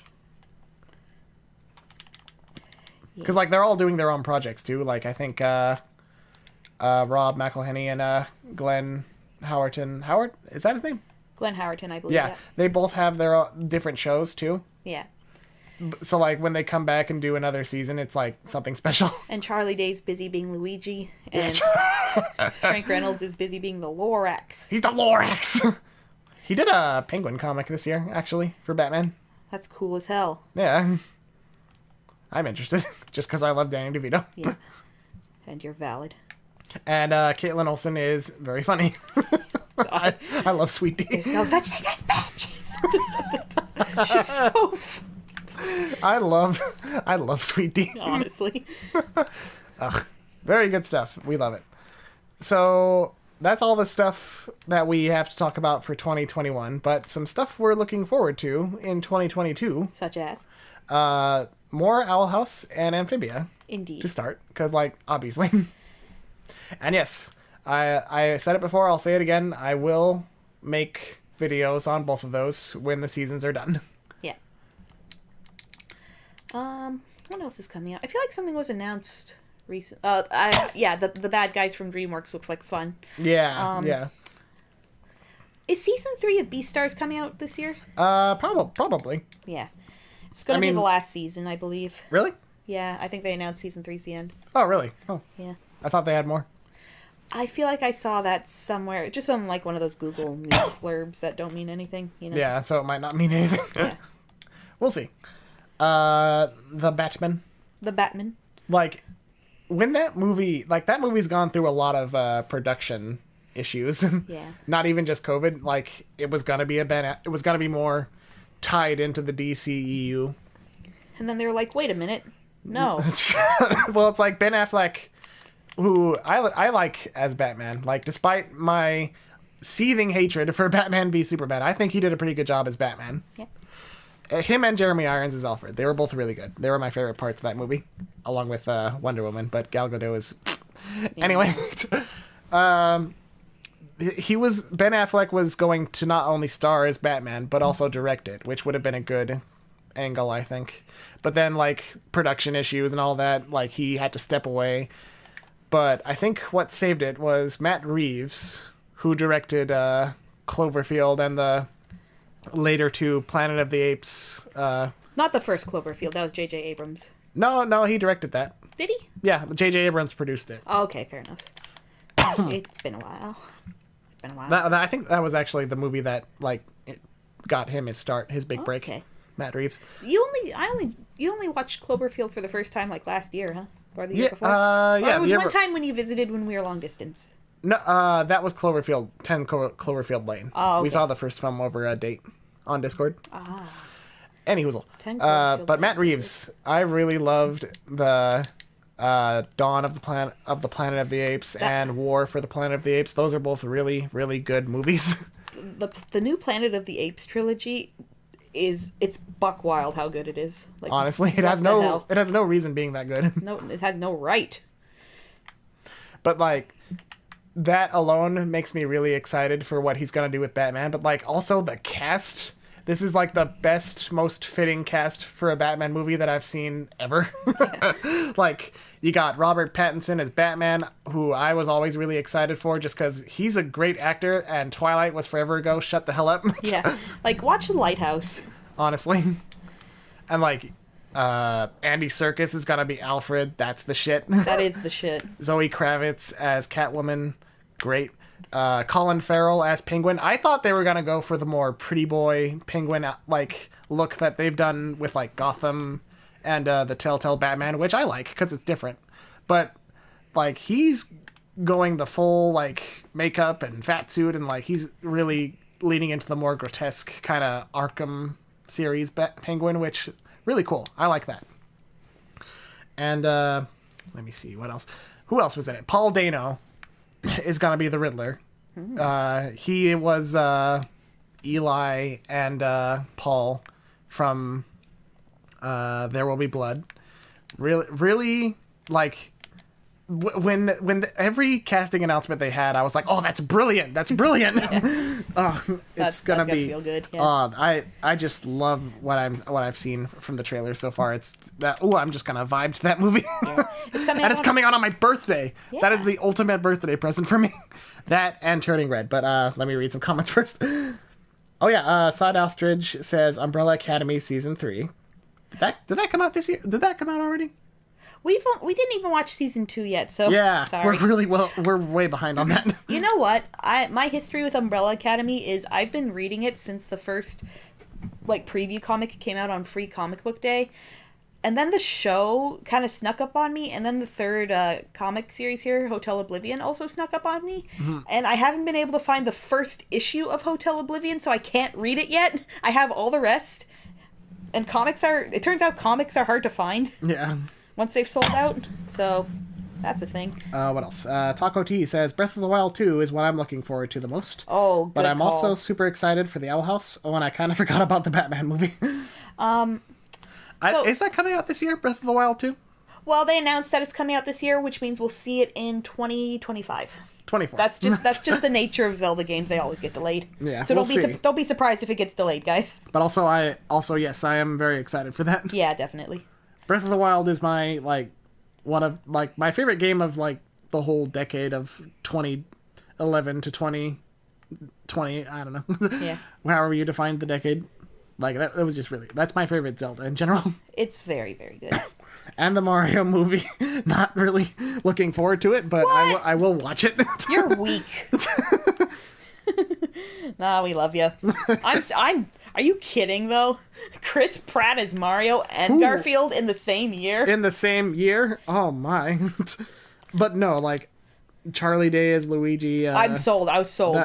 It's like, okay. Jack Black as Bowser? Yeah, okay. that's good, but Charlie Day as Waluigi... I'm in love with Charlie Day. I mean, the main reason I'm trepidatious, if that is the correct term, is because Chris Pratt is Mario, but like everyone else, I'm for. Yeah. Also, a good birthday present for me is Turning Red. Yeah. That's also coming out on my birthday. And the reason it's a good birthday present is because I love red pandas. He sure do. Yeah, Turning Red is the next Pixar movie about a Canadian girl who... In Vancouver, I think. Yeah, who turns into a red panda, a giant one, whenever she gets really, like, kind of flustered or her emotions get too much, too big. Yeah. It's a metaphor. It's the same director who did the Bow short in front of Incredibles 2. Yeah. So we watched that short with too many white people in the theater because honestly, everyone was like, "What?" It's like it's a metaphor. Yeah, dumbasses. Oh yeah, Sonic 2 is coming out this year. Yeah. We forgot to mention Candyman. Oh yeah, Candyman. Candyman. Much more compelling villain than the Bye Bye Man. Honestly, I wouldn't really call that like a favorite, but really? I really dug the vibe of that movie. Me too. I got it for you for Christmas because I thought you loved it. Oh yeah, I'll take it honestly. Like I loved it. The reboot Candyman and the original Candyman, which we also watched for the first time, were really good and like really thoughtful movies. Yeah, honestly. I like people who complain the new one was woke. It's like, guys, it's like, did you not see the first one? I'm gonna have to say no. And I liked the angle they had for the expanding on the Candyman mythos. Like, the guy says, "Oh, Candyman's not just a guy; he's the whole hive. Like, it's just the systematic, oppression of black men. Yeah. That was something present in the first one, and they expanded on it. It's great. Yeah. But yeah, like we were the only ones who saw that in the theater. Like when we saw that Candyman and Nightmare Alley. It was a good time. Yeah. Let's see. Oh, the next Spider-Verse movie. Super excited for that. Yes, we also have that here. That's my major... Like, before we talk about that, I also have Doctor Strange, Multiverse of Madness. The main reason I'm excited for that movie is because Sam Raimi is making it. Oh, Sam Raimi. Like, he hasn't made a movie in a long time. Not since that Oz movie, which was just fine. Like, that movie had a lot of problems, but it was fine. But, like, Multiverse of Madness, like... If he gets to implement even, like, a third of his horror roots, like, that movie's gonna be pretty wild. Yeah. Love me a horror movie. Like, that's what the MCU needs, I think. That's what superhero movies need in general. Like, they need more experimentation with the genre. Yeah, like... With different genres. Like with Guardians of the Galaxy being more comedic. Yeah, and, like, Logan was more... Like, it's like, it's a stock... comment, but like Logan was way more of a Western than like a typical X-Men movie. Yeah. And like Deadpool, obviously. Yeah. Like they need way more experimental stuff. Yeah, just like go crazy with it, guys. But yes, Spider-Man Across the Spider-Verse Part 1. Thank fucking God. Did we see that coming? Did anyone know it was going to be a Part 1 thing? Oh, I knew they wanted to make like more than 2, but and like Part 1 and Part 2 movies nowadays are like not really done anymore, Yeah. Especially for like stuff that isn't based off like young adult dystopian novels. And, you know what? I could very well see the third Spider-Man being like not actually Across the Spider-Verse Part 2 and have a different title, and this is just how they wanted to announce it to us. Yeah. If there was going to be a third, I could like originally Infinity War was going to be Part 1, Part 2, but then it became Infinity War Endgame. But because I think again adding Part 1 and Part 2 to the titles is seen as kind of like taboo again. Like obviously with like Harry Potter, Deathly Hallows part, like that was insured success just because of how popular that series was. Yeah. But then like when you got to like what was that one series? Divergent? Like the one with all the one I never saw. The one with like the parkour kids and like it's like you're either evil or you're a farmer or something. Is that one? That's your groups, yeah. Like by the time they tried to do a Part 1, Part 2 with that, like it just failed miserably. Yeah. So it really is surprising to see like Part 1. Surprising but not unwelcome. A surprise to be sure, but a welcome one. In the words of Grandpappy Palpatine. Palpatine. Ugh. And so Into the Spider-Verse didn't do amazing for some reason. Like it did enough. I think enough. it wasn't a failure at the box office. No, obviously it was enough that they could make a sequel, but I think it's gotten a cult following at this point. Like if you look at like the music video for Sunflower on YouTube, it's got like billions of views. Yeah, and where the fuck were you all when it honestly.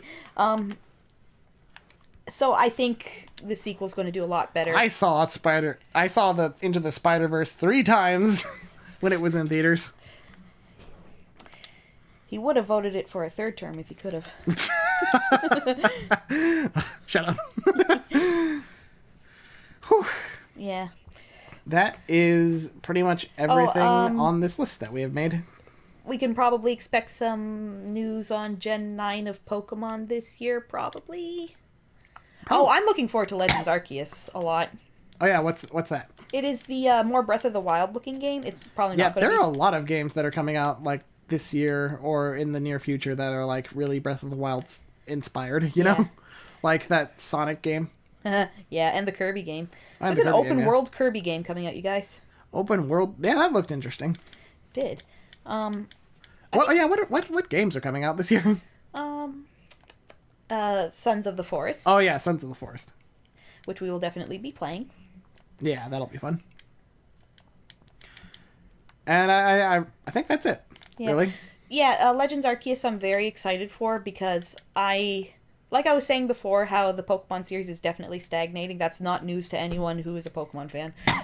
They're doing something a lot different. I didn't expect them to have new Pokemon in it, and I have a living Pokedex. I'm a Pokemon master. She is. So I'm excited about that. Some more dudes to catch. Yeah, catch all those dudes. I gotta catch the dudes, Pokemon.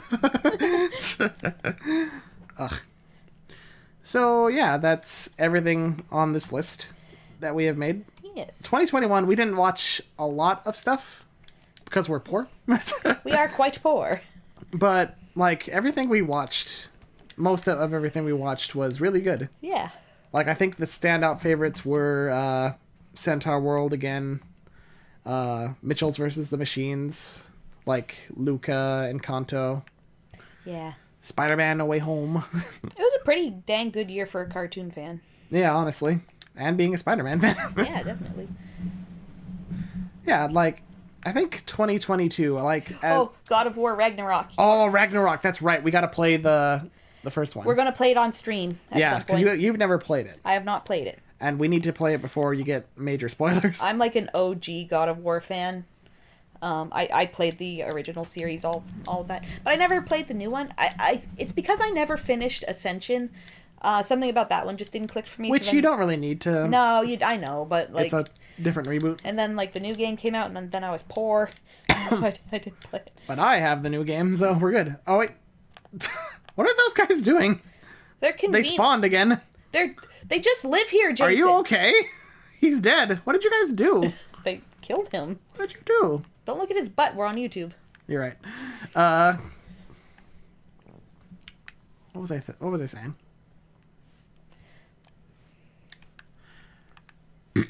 But yeah, we're definitely gonna play God of War on stream at some point in the near future. And Ragnarok is going to be pretty sweet. Pretty sweet. Pretty sweet. So yeah, 2022, I think, like... What was the worst stuff of 2022? Of 2021? The worst stuff? 20... I don't even know. NFTs. Oh, NFTs, definitely. That was weird that happened. But yeah, there's... Obviously, 2021 was a pretty hard year. Like, I think for us, too, like, it started out really rough. Yeah, we won't get too into it, but, like, there was some trials and tribulations for us. But, like, for us... It definitely ended better than it started. And I think even just today, like, our landlord came over to talk about our new lease, and it was not as bad as we thought it was going to be. It not wasn't nearly as bad at all, so... I take that as a good omen for sure. Yeah, I think we're definitely starting out the year better than last year. Yeah. Like, obviously, and then taxes is going to be a thing we'll have to figure out, but... Like, because Jason's an American living in Canada now. Yeah. But, like, I think in terms of the future, like, I'm optimistic. I am too. And obviously, we're still dealing with, like, COVID-19 and all that, but... And, like, other personal things, like work stuff, and it's been so long since you've been able to see your family. I hope you can see them this year. Yeah, most definitely. But, and also, like, in terms of this channel... Oh, yeah, YouTube. Like, I've been really fortunate. Yeah. To just kind of stumble onto the mini success that this channel has been. Yeah. Like, obviously, I'm not the most well-known person. I say genuine things as I hack this poor man to pieces. Yeah. Like, obviously, I'm not the most well-known, and I don't really want to be. But, like, I've been very happy just having fun talking about things I like, and I want to keep that vibe going for 2022. Yeah. Oh, and I want to mention as well, I got into a lot of unfiction this year. ARGs, analog horror. Who else is coping with the year with analog horror? So yeah, I think there's definitely... there's always hope, you know? Yeah. Oh, that's such a hopeful thing to say. There's just always stuff to look forward to. Yeah. Always stuff to look back on fondly. And I know it's tougher for certain people, you know? Yeah. Like, people who are more lonely than us. We are so fortunate to have each other. And I hope everyone can find what we have. because I love what we have. Yeah, I like you. I like you too. I like you a lot. I'm pretty fond of you. Yeah.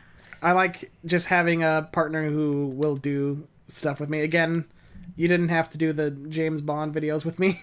I wanted to. But yeah, you wanted to, and we had fun. Yeah.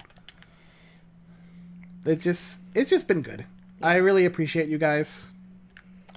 And I just, it's been nice. It's been real. It's been a slice. We're not done. What else is there to say? I'm kind of wrapping up. Taco T says that they love analog horror. What do you like? I think Local 58's my favorite. This doesn't have to be in your video. I'm just chatting. That's fine. I think Local 58's my favorite, and Mandela Catalog. And did you watch the new heckin' what's it called? Monumental Mythos or whatever. Monument Mythos. Yeah. Oh, it's all. Don't you love to see it all come together? Oh, good shit. I want to make an analog horror story. Yeah, that'd be fun.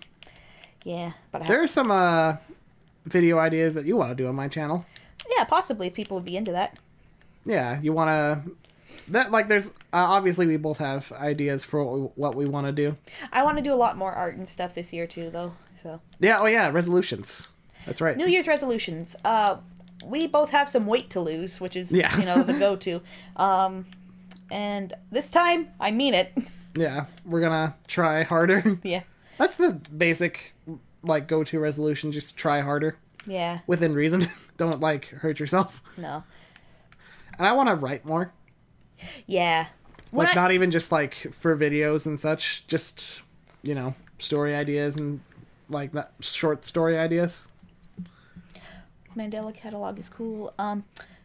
Taco, check out Wendigoon here on YouTube. Wendigoon. He does some good analysis of a lot of analog horror, and he'll point you in the direction of some good ones. Like Mystery Flesh Pit is one that you don't hear about a lot because there's no videos for it, but it is unfiction.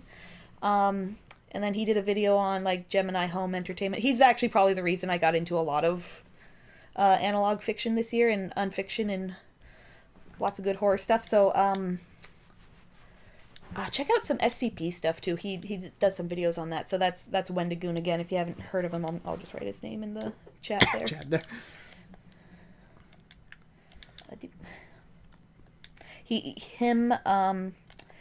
Wendigoon. Nightmind also is how I found a lot of stuff. Nightmind. Monument Mythos is really good. I'm drawing blanks. Monument Mythos is really good, though. There's something going on Alex Bale's channel with regards to some SpongeBob theories. I haven't super stuck with that, but I think Nightmind did a video. Who else? Those are going to be your two big ones for finding analog horror stuff.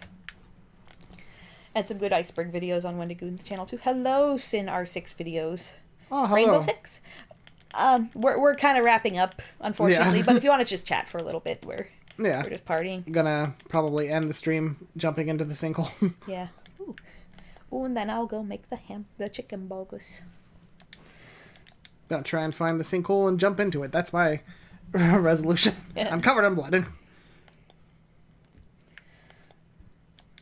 Also try and stream more games this year. Streaming games has been really fun. Yeah. We don't get a lot of viewers, but we get a lot of interesting conversations. Yeah. And I just like doing it with you. Yeah. We love sharing things we love. We love you guys. Hey, person. You just kind of popped out of nowhere. Get him! It'll lead you to the sinkhole. I'm running out of stamina. You don't have a map, huh? No. You gotta die. Oh, I think that's it. To your right. Oh. See how there's no tree cover past a point? You're right. That's how you find rivers and stuff too out in nature. Oh well, that's not it. But I guess you just have shit render distance. I'm close. I'm familiar enough with. I'm running out of water. He's running out of water in his body. In my body. I'm familiar enough with this map that I can probably just find the sinkhole. Is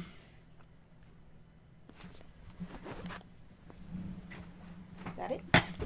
No, it's not it. I need stamina. What are some other resolutions? There's some, like, personal, like, mental health related stuff that I have resolutions for that I'm not really going to talk about. Yeah, you've done good. Thank you, love. You've done good. Without, like, going too deep. You've done good, I think. Yeah, thank you. I couldn't have done it without you, babe. Babe, I couldn't have done anything without you either, baby. Because, like, the major stuff we've been dealing with immigration-wise has been... Resolved, for the most part. And, I do not wish the immigration process on anyone. Everyone who says, oh, America sucks, I'm going to move to Canada, good fucking luck. Good luck. It's not easy. It's expensive, and just lawyer up, like, right away if you can. Yeah. That's the trick to it. But, like, now that Jason's able to work, legally... Legally, no. Not that he was working illegally. No, I was just doing YouTube. Yeah. Which I don't think would get me in trouble, but... No, I don't think so either, because you weren't, like, making, like, a taxable salary off YouTube. That being said, thank you to everyone who watched the channel. Honestly, yeah. But you guys have made doing this for fun and also, like, getting paid for it a thing. The revenue helped us a lot, honestly, and it'll continue to help us, and we appreciate it so much. And everyone for the most part's been, like, so kind. Yeah. And we like talking with you guys. Yeah. Yeah. I agree. Yeah. Sometimes I'm not very good with words sometimes, which is bad because I have a YouTube channel, but... And you're a writer. And I'm a writer. Well, you know, speaking off the cuff is harder than writing sometimes. It can be. Yeah, I had a feeling when you said you were just going to kind of freestyle this video, I was like, maybe I should help. Because sometimes it can be even harder to go off the cuff when you're just alone. Yeah. Thank you, baby. Where the hell is the sinkhole? I thought you knew the map. Where's the sinkhole? Keep walking in one direction till you find the beach and then find it from there. Yeah, that's the play. It's like that one, It's like that one ProZD video where he's playing, Mario Odyssey and he's like, where's the last star? Oh. This is the lake with the geese, right? Yeah, it's Geese Lake, so we're close. It's close. I'm covered in blood, too, so I might as well wash myself off. You'd think for a, like, landmark that takes up a good 10% of the entire map, it wouldn't be this hard to find. Mm-hmm. It depends where you're walking, I guess. Yeah. It's not too far from the plane, either. Well, it depends on where the plane is, too. Oh. What's that to your left? I think that's the beach. Yeah, it's the beach. So, it's pretty close. Just give me more stamina. Oh my god. Oh my god, give me more stamina. It'll be a good way to end the video. Just jumping straight into the sinkhole. Okay, yeah, there's that, so it's this way. Go for Griffin. Hi, Griffin. Do you want a hamburger? Want a hamburger, little boy? He's got such a funny face. He does. He was such a gremlin as a baby. He's still a gremlin. He's very pretty, though. He's a good boy. He's a good boy. He's a handsome boy. Because sometimes when he sits kind of squat, he's got, like, a nice, like, fat tomcat face, but sometimes he... What are you doing? Mm-hmm. Cats are weird. Yeah. Like, you know how they kind of shake their head before they roll over? Yeah. He was doing that, but then he didn't roll over, because he's a weirdo. He's a weirdo. And Nova and Dragon are all cuddled up. I'll take a picture of Yeah, them take too. some pictures. Up there it is. I wonder, actually. There's a trick that some speedrunners do, where if you jump at a certain angle, there's some water down there. Oh? Yeah, wait, there it is. Are you gonna do it? It's in the middle. I'm gonna try. I'm going to try. Alright, everyone. It's been real. Have a wonderful 2022. Stay safe. Don't do this. Mask up. Don't jump into a real sinkhole. Get vaccinated. Get boosted. We're going to get our booster shot soon. And, exactly, Griffin. And let's kick some 2022 ass. Let's go for it. Leroy Jenkins. Oh, fuck. You didn't jump. You didn't jump. He didn't jump. I didn't jump. Oh, well, here we go.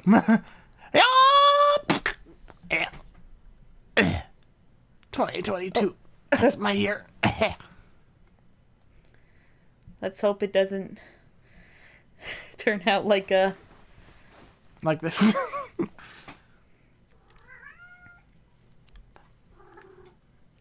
Well, anyway. Hang in there, guys. Happy New Year. Bye. Bye.